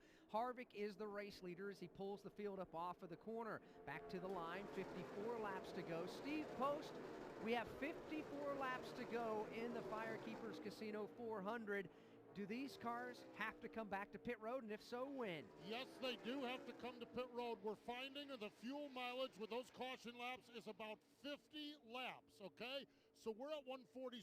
The fuel window will open in about 4 laps, 150. They can go all the way to like 173. So it's going to be a matter of a caution during that window of time or when they all decide to pull the trigger on green flag pit stops. But yes, they will need to pit, and the window for that pit stop opens in about 3 laps. Kyle Larson kicked back to 6. Kurt Busch passing him off 4. Steve Post with an update on pit road. Meanwhile, we've got a battle for the lead. Oh, Joey Logano all the way down below the yellow line with the left side tires. May have made some contact with Kevin Harvick. They are side by side for the lead. Logano now trying to wheel that Ford Mustang to the bottom of Kevin Harvick. He's going to dive it in way deep, while Truex now is all over the back of Harvick. Logano will power past Harvick and back to the lead here in Michigan. And coming from 5th to 3rd in a matter of a corner and a half is Kurt Busch. Kurt Busch has the Monster Energy Chevrolet there. It's Logano, Harvick, and now Kurt Busch, the top 3. Trouble for Bubba Wallace last time by. He's got a tire down on that machine and is headed for pit road. Lead 4, nose to tail for the moment, but it's not going to last. Here comes Harvick. He punches a hole to the inside of Joey Logano. 2 Fords are side by side for the lead. Rolls reverse this time through. It'll be Kevin Harvick who'll wheel to the inside. Kurt Busch will step up and try to give Logano the nudge into the corner. Logano swings wide. Harvick is there with it. They are still side by side for the lead. Kurt Busch looking on. Then you've got Truex riding shotgun right there. Here they come. Busch thinking about diving even lower. He won't do it. Side by side at the line. Harvick on the inside, Logano on the outside. Kurt Busch gives Joey Logano a kick in the pants going into turn number 1. That'll shove Joey into the clean air for the lead. Now Harvick is going to have to fight Busch for second. It may not be a long battle at all. Busch around the outside to the 2 spot. And Kevin Harvick will slide in right behind Kurt Busch and right across the nose of Martin Truex Jr. Put Harvick back in 3rd, Truex in 4th. Daniel Suarez will still continue to ride in the 5th position as Harvick goes way wide in 4. And he'll slip, give up 1, 2, 3, potentially 4 positions. They continue to shuffle it up from second on back. Kurt Busch, Martin Truex Jr., and Daniel Suarez is now in the mix. Suarez having a tremendous run here in the 3rd quarter to 4th quarter of this event. He's up into the top 5 running 5th, but he's got company at the back door. Kevin Harvick on the rebound. Yeah, Daniel Suarez had to pull that car back to the bottom of the racetrack. Harvick had a good run in the outside off the 2nd corner. Harvick and now Suarez are racing side by side for position number 5, and around the outside Harvick will reclaim that spot. Boy, he just about threw it all away just a lap ago, talking about Kevin Harvick, just about getting into the outside retaining wall in 4, just about, doesn't count. And right now Harvick will settle back in line in 5th. Logano back out front. How long can he stay there? 49 to go. What's up? Vaughn Gittin Jr. here. How would you like the keys to a 700 horsepower custom-built Ford Mustang RTR designed by none other than NASCAR champ Joey Logano, the RTR design team, and me. It's one of 3 Mustangs you could win in the Money Lion Here We Roar sweepstakes. How do you enter? Just text ROAR to 95615 or visit roarsweepstakes.moneylion.com. No purchase necessary. Instant 2019. Must be 18 or older. For official sweepstake rules, visit roarsweepstakes.moneylion.com. Get your tickets for the Ultimate NASCAR Summer Festival June 27th through June 30th. Racing, music, and a carnival for the whole family. All at Chicagoland Speedway. And this year, we're kicking off the first annual Barbecue Smokedown with tastings, demos, and barbecue competitions. Get tickets to the Camping World NASCAR weekend at ChicagolandSpeedway.com. It's just unbelievable what we are witnessing here tonight as they come across the line. Logano leading. Truex now back to second. Kurt Busch, what a drive he is giving that Chevrolet Camaro. He is third. Harvick back to fourth. Remember when we went to break, he was fifth. He's not done yet. And Kyle Larson at the moment completes the top 5. It'll change before we even get back. From Michigan International Speedway, this is the Motor Racing Network, the voice of NASCAR. Looking towards the weekend? Aren't Thursdays a drag? Ours too. Get your weekly dose of nitro-fueled NHRA talk every Thursday on the Straight Line, presented by O'Reilly Auto Parts. This is Ralph Shaheen. Join Doug Herbert and myself as we talk with the biggest names, both past and present, to ever stomp down on the loud pedal. Top Fuel, Funny Car, Pro Stock, motorcycles, you name it, we talk about it. Don't miss the Straight Line, Thursdays on MRN.com, iTunes, or wherever your favorite podcasts are heard. The battle for the 2019 championship will be filled with twists and turns. We got to kind of calm down for these speedway races because you can use the bumper, but you end up taking 10 other people with you. Each weekday, NASCAR Today brings you the top stories in the sport. That's a totally different experience for me and Cup. In the garage, at the track, or behind the scenes, NASCAR Today keeps you up to speed every weekday. Go for it. What do we got to lose? I don't know. I mean, you might as well try it, right?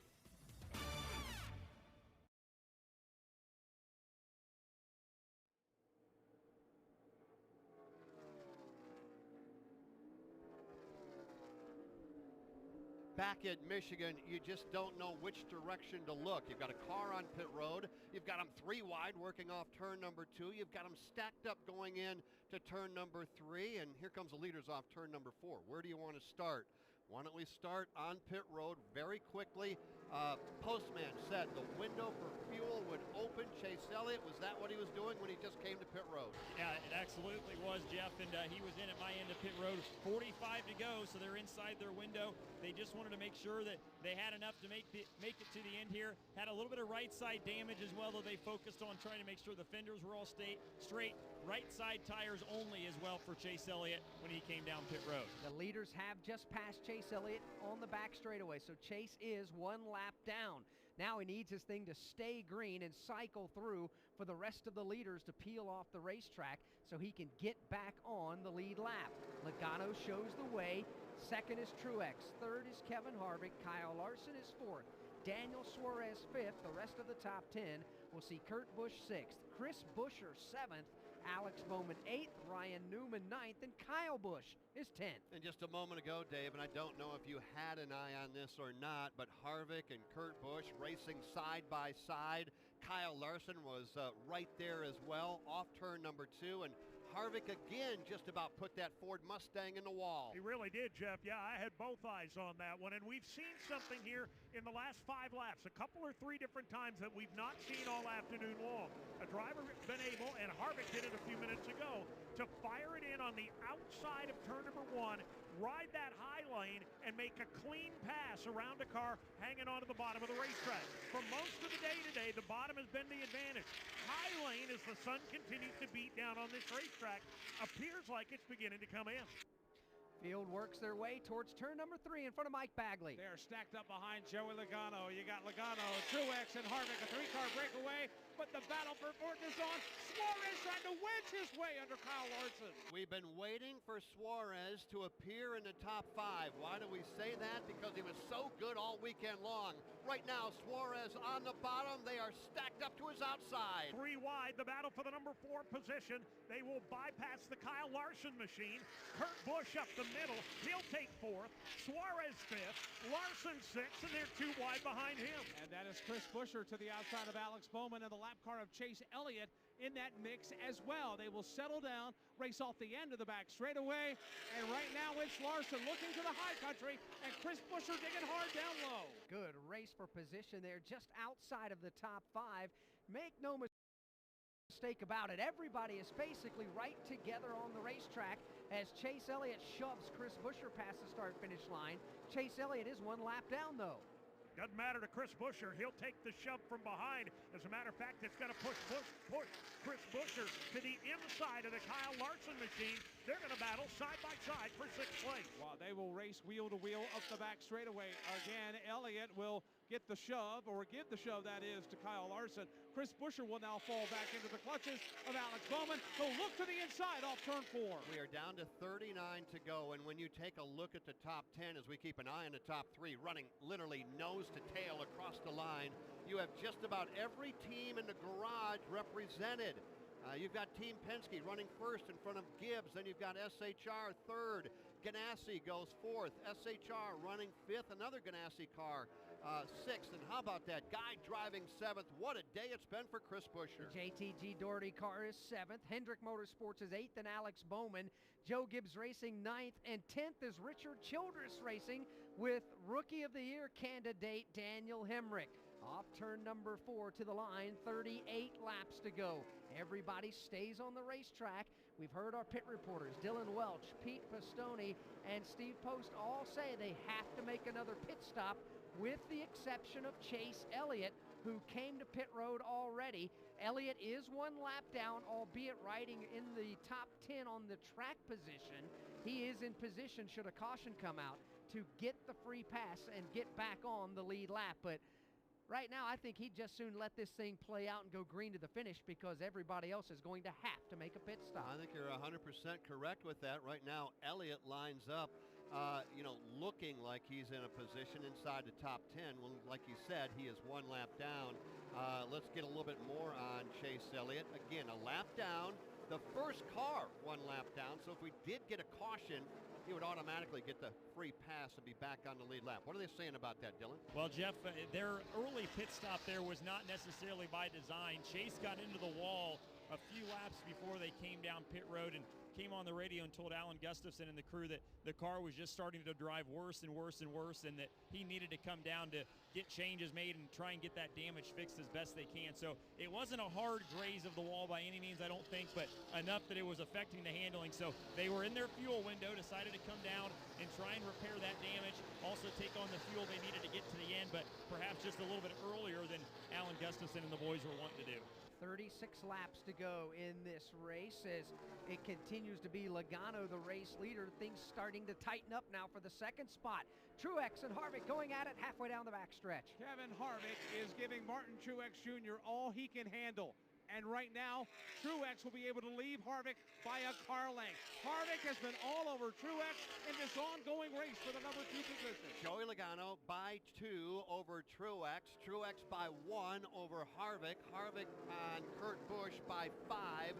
That's the top 4. They race back to 1. Going to put a lap on the Quinn Houff machine as the leader, Joey Logano, takes the high lane around him. Now Truex will do the same as he rides in the number 2 spot. Kevin Harvick in 4th, and now only about 3 car lengths back to Kurt Busch. Yeah, Kurt Busch is starting to narrow that gap down in short order up the back straightaway. Make it 2. Kurt Busch has been very strong today, and he is lethal at Michigan. The question is, when will he pounce? He's trying to do it right now. Harvick threw a block on him this time through 3. He did. He pulled all the way to the bottom and tried to chop off the nose of Kurt Busch. Kurt and Harvick both swing back up to driver's right up against the safer barrier. Past the start-finish line, this tussle for position continues. Joey Logano watching it all in the rear-view mirror. His lead continues at about 4, maybe 5 car lengths. Still the 2nd spot belongs to Truex. Harvick 3rd, and Kurt Busch now right up on the back bumper in the 4th position. They go flying around the outside of the lap car of Garrett Smithley. Truex tried to break the draft, pulling to the inside, swinging back to the outside, now diving into turn 3. Harvick within stride for stride. Kurt Busch is as well. How soon will some of these cars elect to give up their spot on the racetrack and come to pit road? None of the leaders this time as Logano across the line. Truex, Harvick, Kurt Busch. Top 4 continue to run nose to tail. 4-man breakout right now. It's about 15 to 18 car lengths back to the 5th place machine of Daniel Suarez. He's got company on the back bumper from Kyle Larson. 3 more back to the lap machine of Chase Elliott. Meanwhile, no rest for the weary again for Martin Truex Jr. Harvick practically pushing him up the back straightaway, trying to push him into a battle for the lead. Logano slides up. Truex does as well. Here comes Harvick to the bottom of the racetrack. With an assist from Kurt Busch, but Kurt will abandon the bottom. Kurt will switch lanes and go to the outside. Harvick's all by himself at the bottom. Past the start-finish line, wheel to wheel they go. Battle for 2nd, 3rd, 4th, and 5th, all there. Let's see what Kevin Harvick can do all alone on the bottom of the racetrack. He's going to lose the 2 spot or fail to gain the 2 spot as Martin Truex Jr. holds him off. Kurt Busch tried to rally on the outside for 3rd but couldn't get it done. Logano leads by 2 car lengths. Then it's Truex with a 1 car length advantage over Harvick. Harvick with a half car length advantage over Kurt Busch. They are the front 4 racing for the lead, just about 10 car lengths ahead of Daniel Suarez in 5th. We are down to the final 31 laps. Average margin of victory here over the last 10 races, 1.5 seconds. The distance between Joey Logano back to Kyle Larson, 1.5 seconds. It's on again in 1. 2nd place changes hands. Harvick underneath Truex. 3rd place may change hands. Kurt Busch looking to the inside. MTJ holds him off with a good run off the top of 2. Kevin Harvick has clearly been faster than Martin Truex Jr. Now that he's gotten around Truex, let's see what Harvick's got for the race leader. He'll angle his Ford Mustang to the bottom of the racetrack. Logano will throw the block on him in 3 and 4. Joey Logano doing some mirror driving there and doing it very well. He keeps that driver right behind him, Kevin Harvick, at bay. Harvick still will chase him down and follow those tire tracks. Martin Truex Jr. trying to reel them back in. He's fallen back about 4 car lengths off the back bumper of Harvick. Another 2 to 3 back to Kurt Busch. 10 now to Daniel Suarez. Then Kyle Larson for the moment. They're calm off turn 2.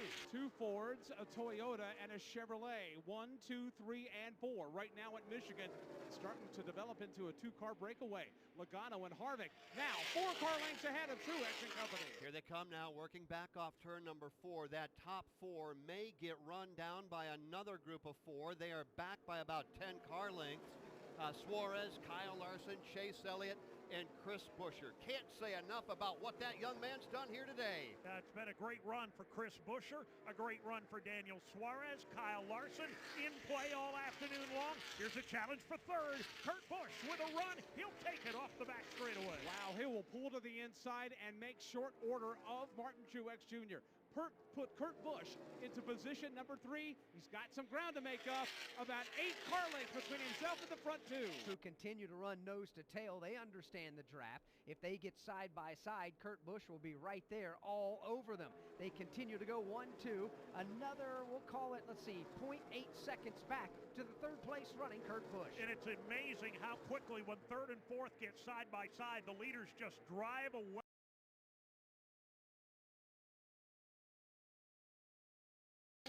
Trying to make that ground up as he has left Truex now, but he's trying to sniff the draft off the front 2 of Logano and Harvick. Both those front 2 will dive into the corner and now slide up about a lane and a half from the bottom of the racetrack. Joey Logano, a 2-time winner here at Michigan, has now led more laps in a race here than he's ever done before. Boy, he's led a lot of laps, but he's got Harvick just stalking him a half a car length back.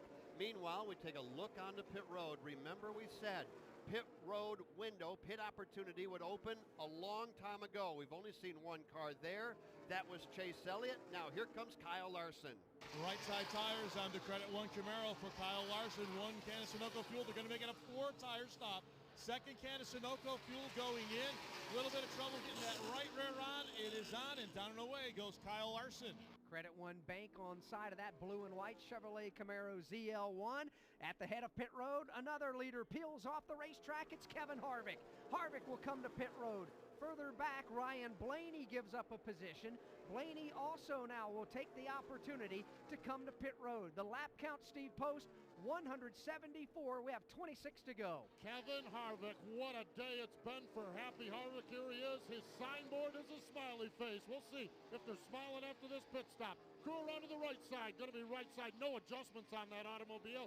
Now around to the left side. Going to be 4 tires. 2 cans of Sunoco Racing Fuel. 3 pit boxes behind him. Ryan Blaney goes with a 2-tire stop.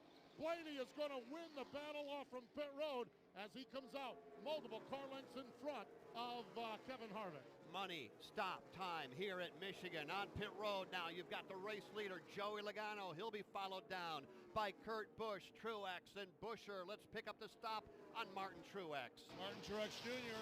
coming down pit road. It's going to be right side tires on for him. 1 can of Sunoco fuel goes in. Right side tires only. 2-tire stop for Martin Truex Jr. Steve Post. Joey Logano, this advantageous first pit box. First pit box, it's 2 tires.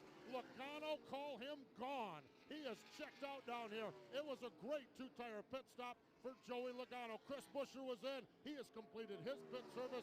Eric Almirola wrapping up his pit service as well here on lap 175. Here comes Daniel Suarez, Alex Bowman. They're both on pit road as well. Alex Bowman in as well as Daniel Hemrick at this end of pit road. Left side tires for Daniel Hemrick. Fuel only for Alex Bowman, as well as a piece of tape and a roundup on the track bar. Pete. Daniel Suarez comes down pit road. Right side tires only. 2 cans of Sunoco fuel. He's down and away. Kyle Busch on pit road. 2 tires and Sunoco fuel for him, and a little bit of an adjustment for Kyle Busch from the M&M's Toyota. Brad Keselowski, after being a lap down early, has inherited the race lead. Paul Menard is being scored second. Ryan Newman third.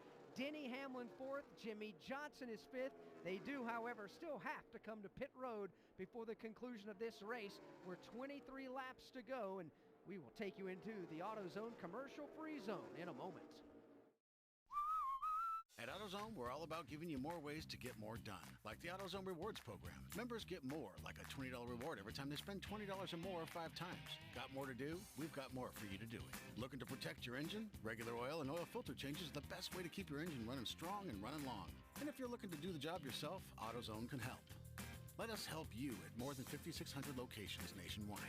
See terms at AutoZone.com/rewards. Restrictions and details in store. Get in the zone, AutoZone.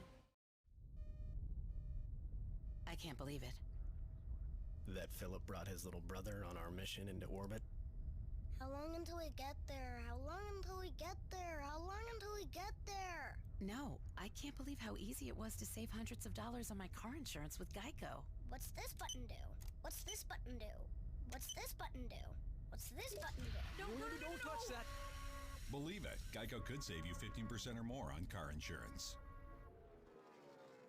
Top 5 continues to shuffle up as folks peel off and come to pit road for their final scheduled stop. Keselowski still on the track. Hamlin is second. Byron is third. Ryan Preece now fourth. Ricky Stenhouse Jr. is fifth. From Michigan International Speedway, this is the Motor Racing Network, the voice of NASCAR. The Camping World NASCAR weekend is June 27th through June 30th at Chicagoland Speedway, home of 2018's most exciting finish. Witness the next generation of drivers earn their place in NASCAR history. Taste brisket, burgers, bacon, and more from Barbecue Hall of Famers. And see Lee Brice in concert all in one weekend, June 27th through June 30th. Get tickets and camping spots now at ChicagolandSpeedway.com. Winged Nation with Steve Post, Aaron Evernham, and Ashley Stremme. Your destination for all things winged sprint cars. Each Saturday at 8:30 and 11:30 a.m. on MAV TV. Live at noon on WingedNation.com and Facebook Live. Join us for in-depth conversations with drivers and personalities that make up the greatest dirt racing on earth. The Winged Nation Preview Podcast each Thursday previews the upcoming weekend. Winged Nation, winged sprint car talk covering dirt tracks all across America.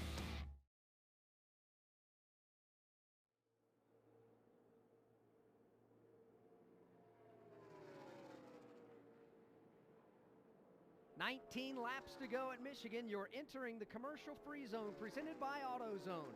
Has your check engine light come on recently?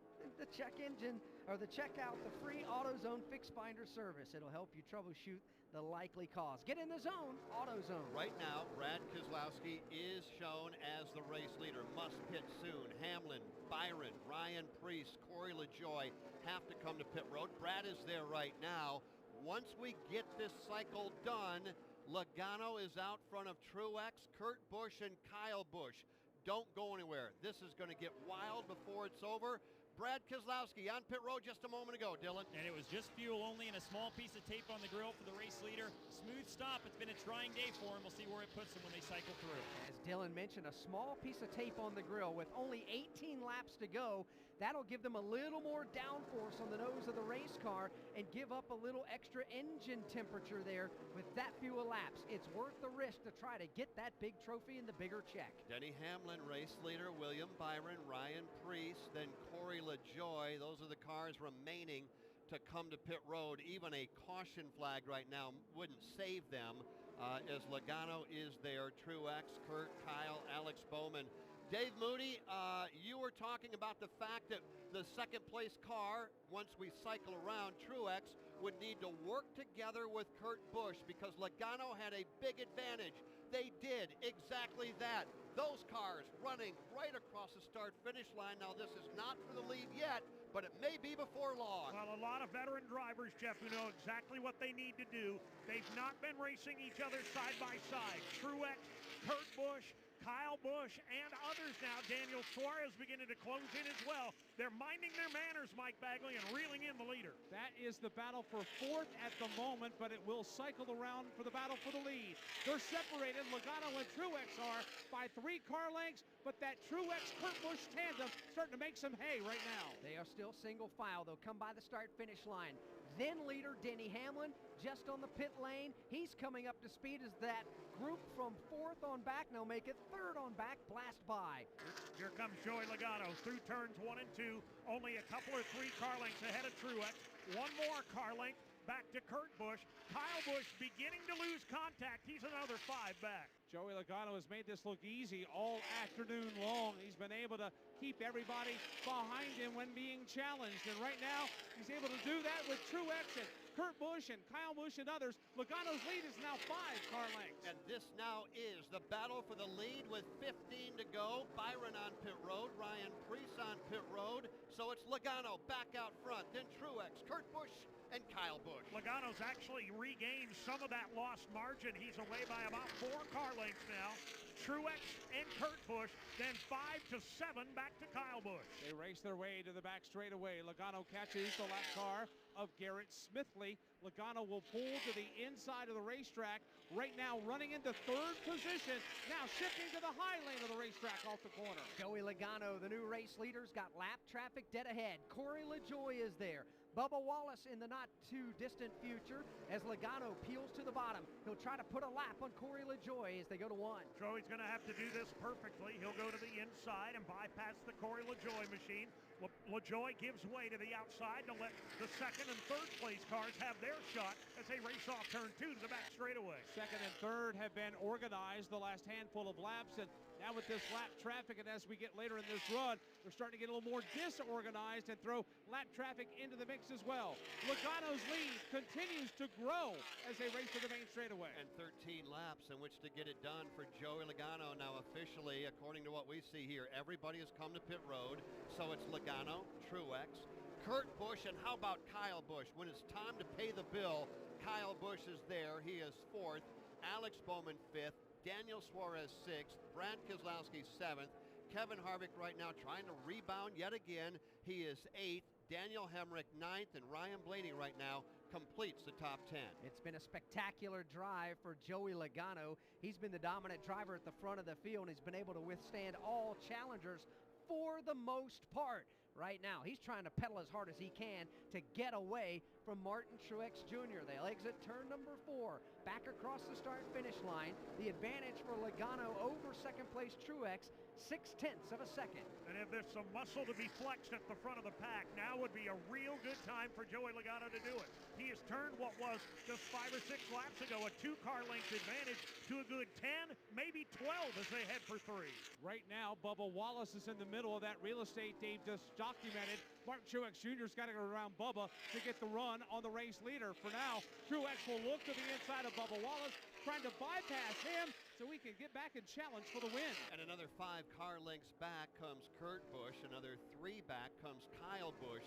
Before the cycle of green flag stops, Kyle Busch was running 8th. After the cycle of green flag stops, Dave, up to 4th. Yeah, there's no doubt this is the best race car that Kyle has had this afternoon by a long shot. I don't think he's as good as his brother Kurt in front of him. I don't think he's as good as the lead pair, but he's in the hunt right now. He's hovering right now inside of the top 5, and again, he is in betwixt and between some of the lap traffic. Martin Truex Jr. has found his way through some, Kurt doing the same, and now Kyle was out of the low lane and bypassed the slower cars. They do as they negotiate lap traffic and work in and out. Logano's lead was 0.6 of a second last time by. It's up to 1.2 seconds now over Martin Truex Jr. He'll go to the outside of the David Reagan machine, bypass him at the entrance to turn number 1. Truex and Kurt Busch now separated by only a car length. If they can join hands and try and run down the leader, they may have a chance with only 10 to go. Yeah, but they've got to do it now. They have got to go to the whip and get to it quick because Logano is starting to drive off into the Michigan sunset. His lead continues to grow, and now Kurt looking to the outside of Truex for a moment for second. Biggest lead of the entire race right now being enjoyed by Joey Logano. Across the line he comes, and right now his advantage 1.3 seconds. That's about 15 car lengths. Joey over Truex. Truex and Kurt Busch now running in lockstep formation through turns 1 and 2. It's another 6 or 7 car lengths back to Kyle Busch. 5 more to Alex Bowman. Kyle taking a wider line off turn number 2. He's got to pull that Toyota back to the bottom of the racetrack on the back straightaway. He'll hover up against the outside wall. He's trying to get some momentum and trying to make that a 3-man fight for the second spot. That's coming up off of turn number 4. They come back into the shadows of the main grandstands. Joey Logano at the bottom of the racetrack crosses the start-finish line. 8 laps to go. Logano twice a winner here at Michigan. Both times he's done it from the pole. He's trying to do it again. And they're not having much luck running him down here in the final 10 laps or so. It's still Truex in second. Kurt Busch this time looks to the inside. Wanted the number 2 spot, but Truex too strong. But now they are nose to tail in the second position. Truex and Kurt Busch. If they stay that way, they've got a shot. But every time that Kurt Busch will flare out and try to get a run, that just slows them down even more, and that allows Logano to get away. Off turn number 4, there'll be 7 laps to go. Joey Logano, Martin Truex Jr., Kurt Busch. The advantage was 1.2 seconds. It's only down to 0.7 of a second. They're catching him. So a last run now for Martin Truex Jr., for Kurt Busch. Kyle Busch still a good ways back. He's going to have to play defense. Alex Bowman is within just a car length of him. That's the battle for 4th and 5th. They are making up ground. They being Martin Truex Jr. and Kurt Busch. They have shut it down to 5 car lengths. Here they come at the entrance of turn number 3. Logano a groove and a half off the bottom. It's Kurt and Truex trying to track him down. That biggest lead of the afternoon and early evening has evaporated. Logano now by only 4. Truex is coming. Kurt Busch is coming. Down to the final 6 laps, they're back in line. Martin Truex Jr. closing in on the back bumper of a man with whom he's had some history in the last couple of years, including some short track bump and run for the win less than a year ago. It's down to a car length on the back straightaway. The crosshairs are firmly affixed on the back bumper of the Shell Pennzoil Ford Mustang. Here comes Martin Truex Jr. 1 car length behind Kurt Busch, a car length and a half behind Truex. The front 3 beginning to tighten up as they race their way up the corner. And they have got 2 cars on the horizon that are lap machines that will come into play. Across the line they go. 5 laps to go at Michigan. You had a feeling it was not going to be easy for Joey Logano. And Martin Truex Jr. is there. He'll look to the bottom, not close enough to make the move. They'll close in on the mat tip, and Bubba Wallace Jr. lap cars on the back straightaway. Here they come. They funnel their way on to the back stretch. Logano's lead now 3 car lengths over Truex. It's Trouble back turn to Kurt 2. Busch. Eric Jones spins. Jimmy Johnson dodges to the outside. Jones down into the infield grass. He was down on the apron, coming off pit road, lost the handle. Eric Jones trying to refire the car on the inside of turn number 2. And it was a delayed caution, but it flies at the start-finish line. The money lion caution comes out on lap 196. Todd Gordon, we could see him on the ISM vision just put his hands down. In his head is to go, oh no, now what do? Do we pit, give up track position? What do you do, crew chief Alex Hayden? I stay out. I'm not giving up the race lead. You can do whatever you want behind me.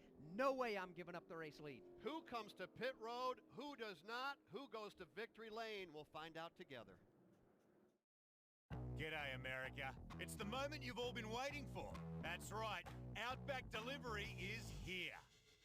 Now you can enjoy all your Outback favourites anywhere. Our signature centre-cut sirloin at home. It's here. Or game day party platters with kookaburra wings that'll have both teams cheering. It's here. Or steak and lobster for a date night at home. It's here. Head over to Outback.com and place your orders because Outback Delivery is here. Outback Steakhouse. Aussie rules. Delivery availability varies. Delivery charge may apply. It's summer. Summer. Time to try new things. New things. Just peel the wristband on every 20-ounce bottle of Coca-Cola to unlock thousands of surprises. So many surprises. Festival tickets, seats for the game, hotel stays. Stay in a real hotel. Why am I repeating myself in a whisper? I'm excited about these Coca-Cola summer experiences. Coca-Cola summer experiences. Now you're getting it. Enjoy summer. Enjoy Coca-Cola. Field now being picked up by the pace vehicle over halfway down the back straightaway. Pits remain closed at the moment. We'll wait and see if the green lights come on and pit lane opens up or not.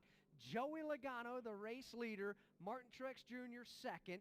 Kurt Busch third. Kyle Busch fourth. Alex Bowman fifth. Pit lane will be open. So it's decision time for the teams at the front of the field, and we'll see exactly what plays out. They continue to work behind that Ford Pace vehicle. Will Joey Logano and crew chief Todd Gordon come to pit road? Will they stay out? How about Cole Pearn and Martin Truex Jr.? Do they come in or stay out?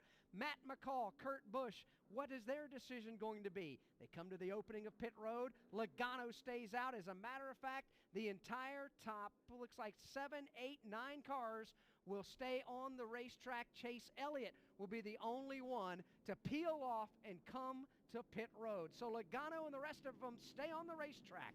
From Michigan International Speedway, this is the Motor Racing Network, the voice of NASCAR. The 1993 Cup Series season had more than its fair share of twists and turns. Checkered flags waving. I look in my mirror, and here's Earnhardt right on my tail, and he goes down low to pass me. And I said, oh, no, you don't. As Wallace spins, Wallace's car goes on its nose. Hear stories that you've never heard before in a 10-part series called The 1993 Season, 25 years later. And Davey was behind me, and we came off the corner, and there's a guy standing in the middle of the racetrack. You can download it for free on iTunes and at MRN.com right now. 2019 is the Motor Racing Network's 50th year, and things are about to get a lot louder. I'm Woody Kane. The NASCAR season is revving its engine, and MRN's two biggest loudspeakers are back when race spotter Joey Meyer and I bring you the latest news, results, and headlines every Monday on MRN Out Loud. Crank it up, Mondays on MRN.com, iTunes, or wherever podcasts are heard. I'm Joey Logano, and you're tapped into all the excitement of the Monster Energy NASCAR Cup Series on the Motor Racing Network. Now, back to the race. Michigan International Speedway is where we are. Joey Logano, the race leader, for the third time this season. We're going to overtime. And before we do that, let's pause 10 seconds for station identification on the Motor Racing Network.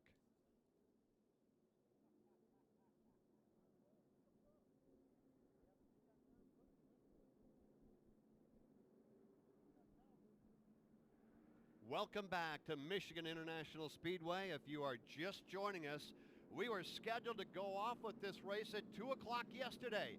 It didn't happen. It rained. It was postponed. We took the green flag, shortly after 5.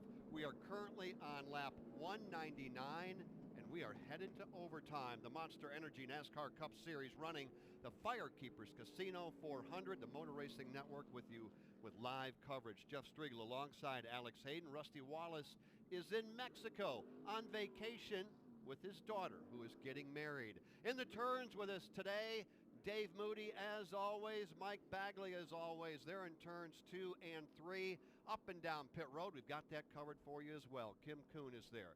Dylan Welch is there. Pete Pistone and Steve Post. Let's set it up. It looked like Logano maybe on his way to victory lane. Truex was giving chase. Kurt Busch was there. And all of a sudden, everything changed. A money lion caution flag on lap 196. Because of Eric Jones spinning and coming down to the grass inside turns 1 and 2 there. Tip your cap to NASCAR. They didn't put the money lion caution out immediately. They wanted to see this thing play out, but they had no choice. When Eric Jones's car was stopped in the grass down at the bottom of the racetrack, they had to put it out for safety purposes. Logano will be the race leader. He's chosen the outside lane every time he's had the opportunity to make that decision on a Geico restart. We'll wait and see what Logano chooses to do. Now, overtime rules, if you're not familiar with it here in NASCAR racing, they'll take the green flag. If they get back to the white flag, then a caution comes out. That will end it, and the field will freeze. Now, if a caution should come out before the leader gets back to the white flag, then we'll put the money lion caution back out. We re-rack them, line them back up, double file, shootout style, and do it again. We'll do it a maximum of 3 attempts. But again, if the leader takes the white flag, the next flag will end the race. A race that has been nothing short of spectacular. We'll see the fans here at Michigan come to their feet in anticipation of what we will see as we close this thing out, and it has been good all afternoon long. We wondered coming in, what kind of a race might we see with this brand new package? It has not disappointed. We have had passes everywhere. The one thing that we haven't seen a lot of, and that's somebody able to drive by Logano. Can they do it now as we get ready to go green? We've had as many as 10 different second-place cars behind Joey Logano under green flag conditions. The only time somebody's been able to pass him was Kevin Harvick, and because Harvick had some assistance in being shoved to get that big run to go around him. It's go time right now. Overtime attempt number 1 coming up. And by the way, we're back racing these Monster Energy NASCAR Cup Series cars here at Michigan in just 7 more weeks. It's time to go buy yourself a ticket and get here when we get back in August. MISpeedway.com might want to get your ticket right now. If we can do this again this August, yeah, you're gonna need a ticket early. Getting ready to go. Logano, Truex, row 1, Kurt Busch, Kyle Busch, row 2, Alex Bowman, Daniel Suarez in row number 3. Field coming up through turn number 4, and we wait for Kip Childress to get that forward safety vehicle off the racetrack and get back to the Geico restart zone. Time to rock and roll here at Michigan. Into overtime, looking for the green flag. Geico restart zone, they approach. Here they come. Green flag back in the air. It's back on. Logano will try to get away quickly. He'll do that. He'll dive across the nose of Truex. Right behind him and running side by side, it's the brothers, Kurt and Kyle. Truex to the number 2 spot, right on the back bumper of the leader. Then it's now 3 wide for the number 3 spot. Kurt on the bottom, Kyle in the middle, 3 wide to the outside. Daniel Suarez, now Bowman to the bottom. Kyle Busch getting plummeted backward. Here they come up the back straightaway. Logano is away with the lead. Truex and Kurt Busch, 1, 2, and 3, and they are stacked up double wide and 3 wide behind them. Here's Logano. He'll dive in deep. Kurt Busch to the inside of Truex for second. Kurt Busch will clear Martin Truex Jr. Now, Kurt Busch is going to try to get by Joey Logano. White flag is in the air. The next flag ends the FireKeepers Casino 400. Logano trying to keep that lead. Last chance now for Kurt Busch and the Monster Energy Chevrolet. He's half a car length back. He'll go to the bottom of the racetrack. Logano, though, holds him off. It's Joey Logano by half a car length. Back straightaway, final time. Here they come. Logano, Kurt Busch, Martin Truex Jr. Who will win among those three? Logano brings him back to the corner. 1 car length in hand. Here comes Kurt. He'll look to the inside. That will swing to the high side in 4. Ford versus Chevrolet at the front of the field. Logano at the front, off 4. Kurt looking one last time. Diving down to the inside won't be enough. Logano across the line, winning for the 3rd time here at Michigan, the 23rd win of his career. The dominant car out front at the end. Logano is going to victory lane in the FireKeepers Casino 400, getting the win over Kurt Busch, Martin Truex Jr., Daniel Suarez, and Kyle Busch.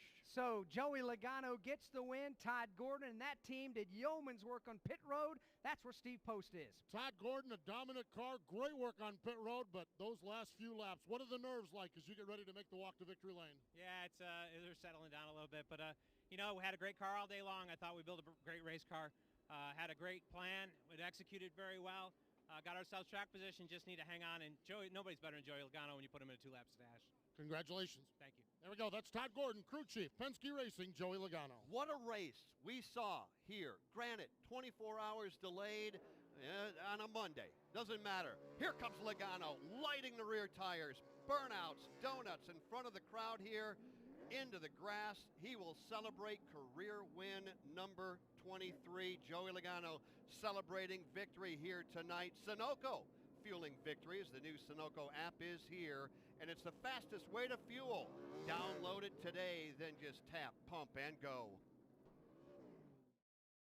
From the racetrack to the road home, fill up with Sunoco, the official fuel of NASCAR. Sunoco makes high-quality performance fuels for the greatest drivers in the world, both on and off the track.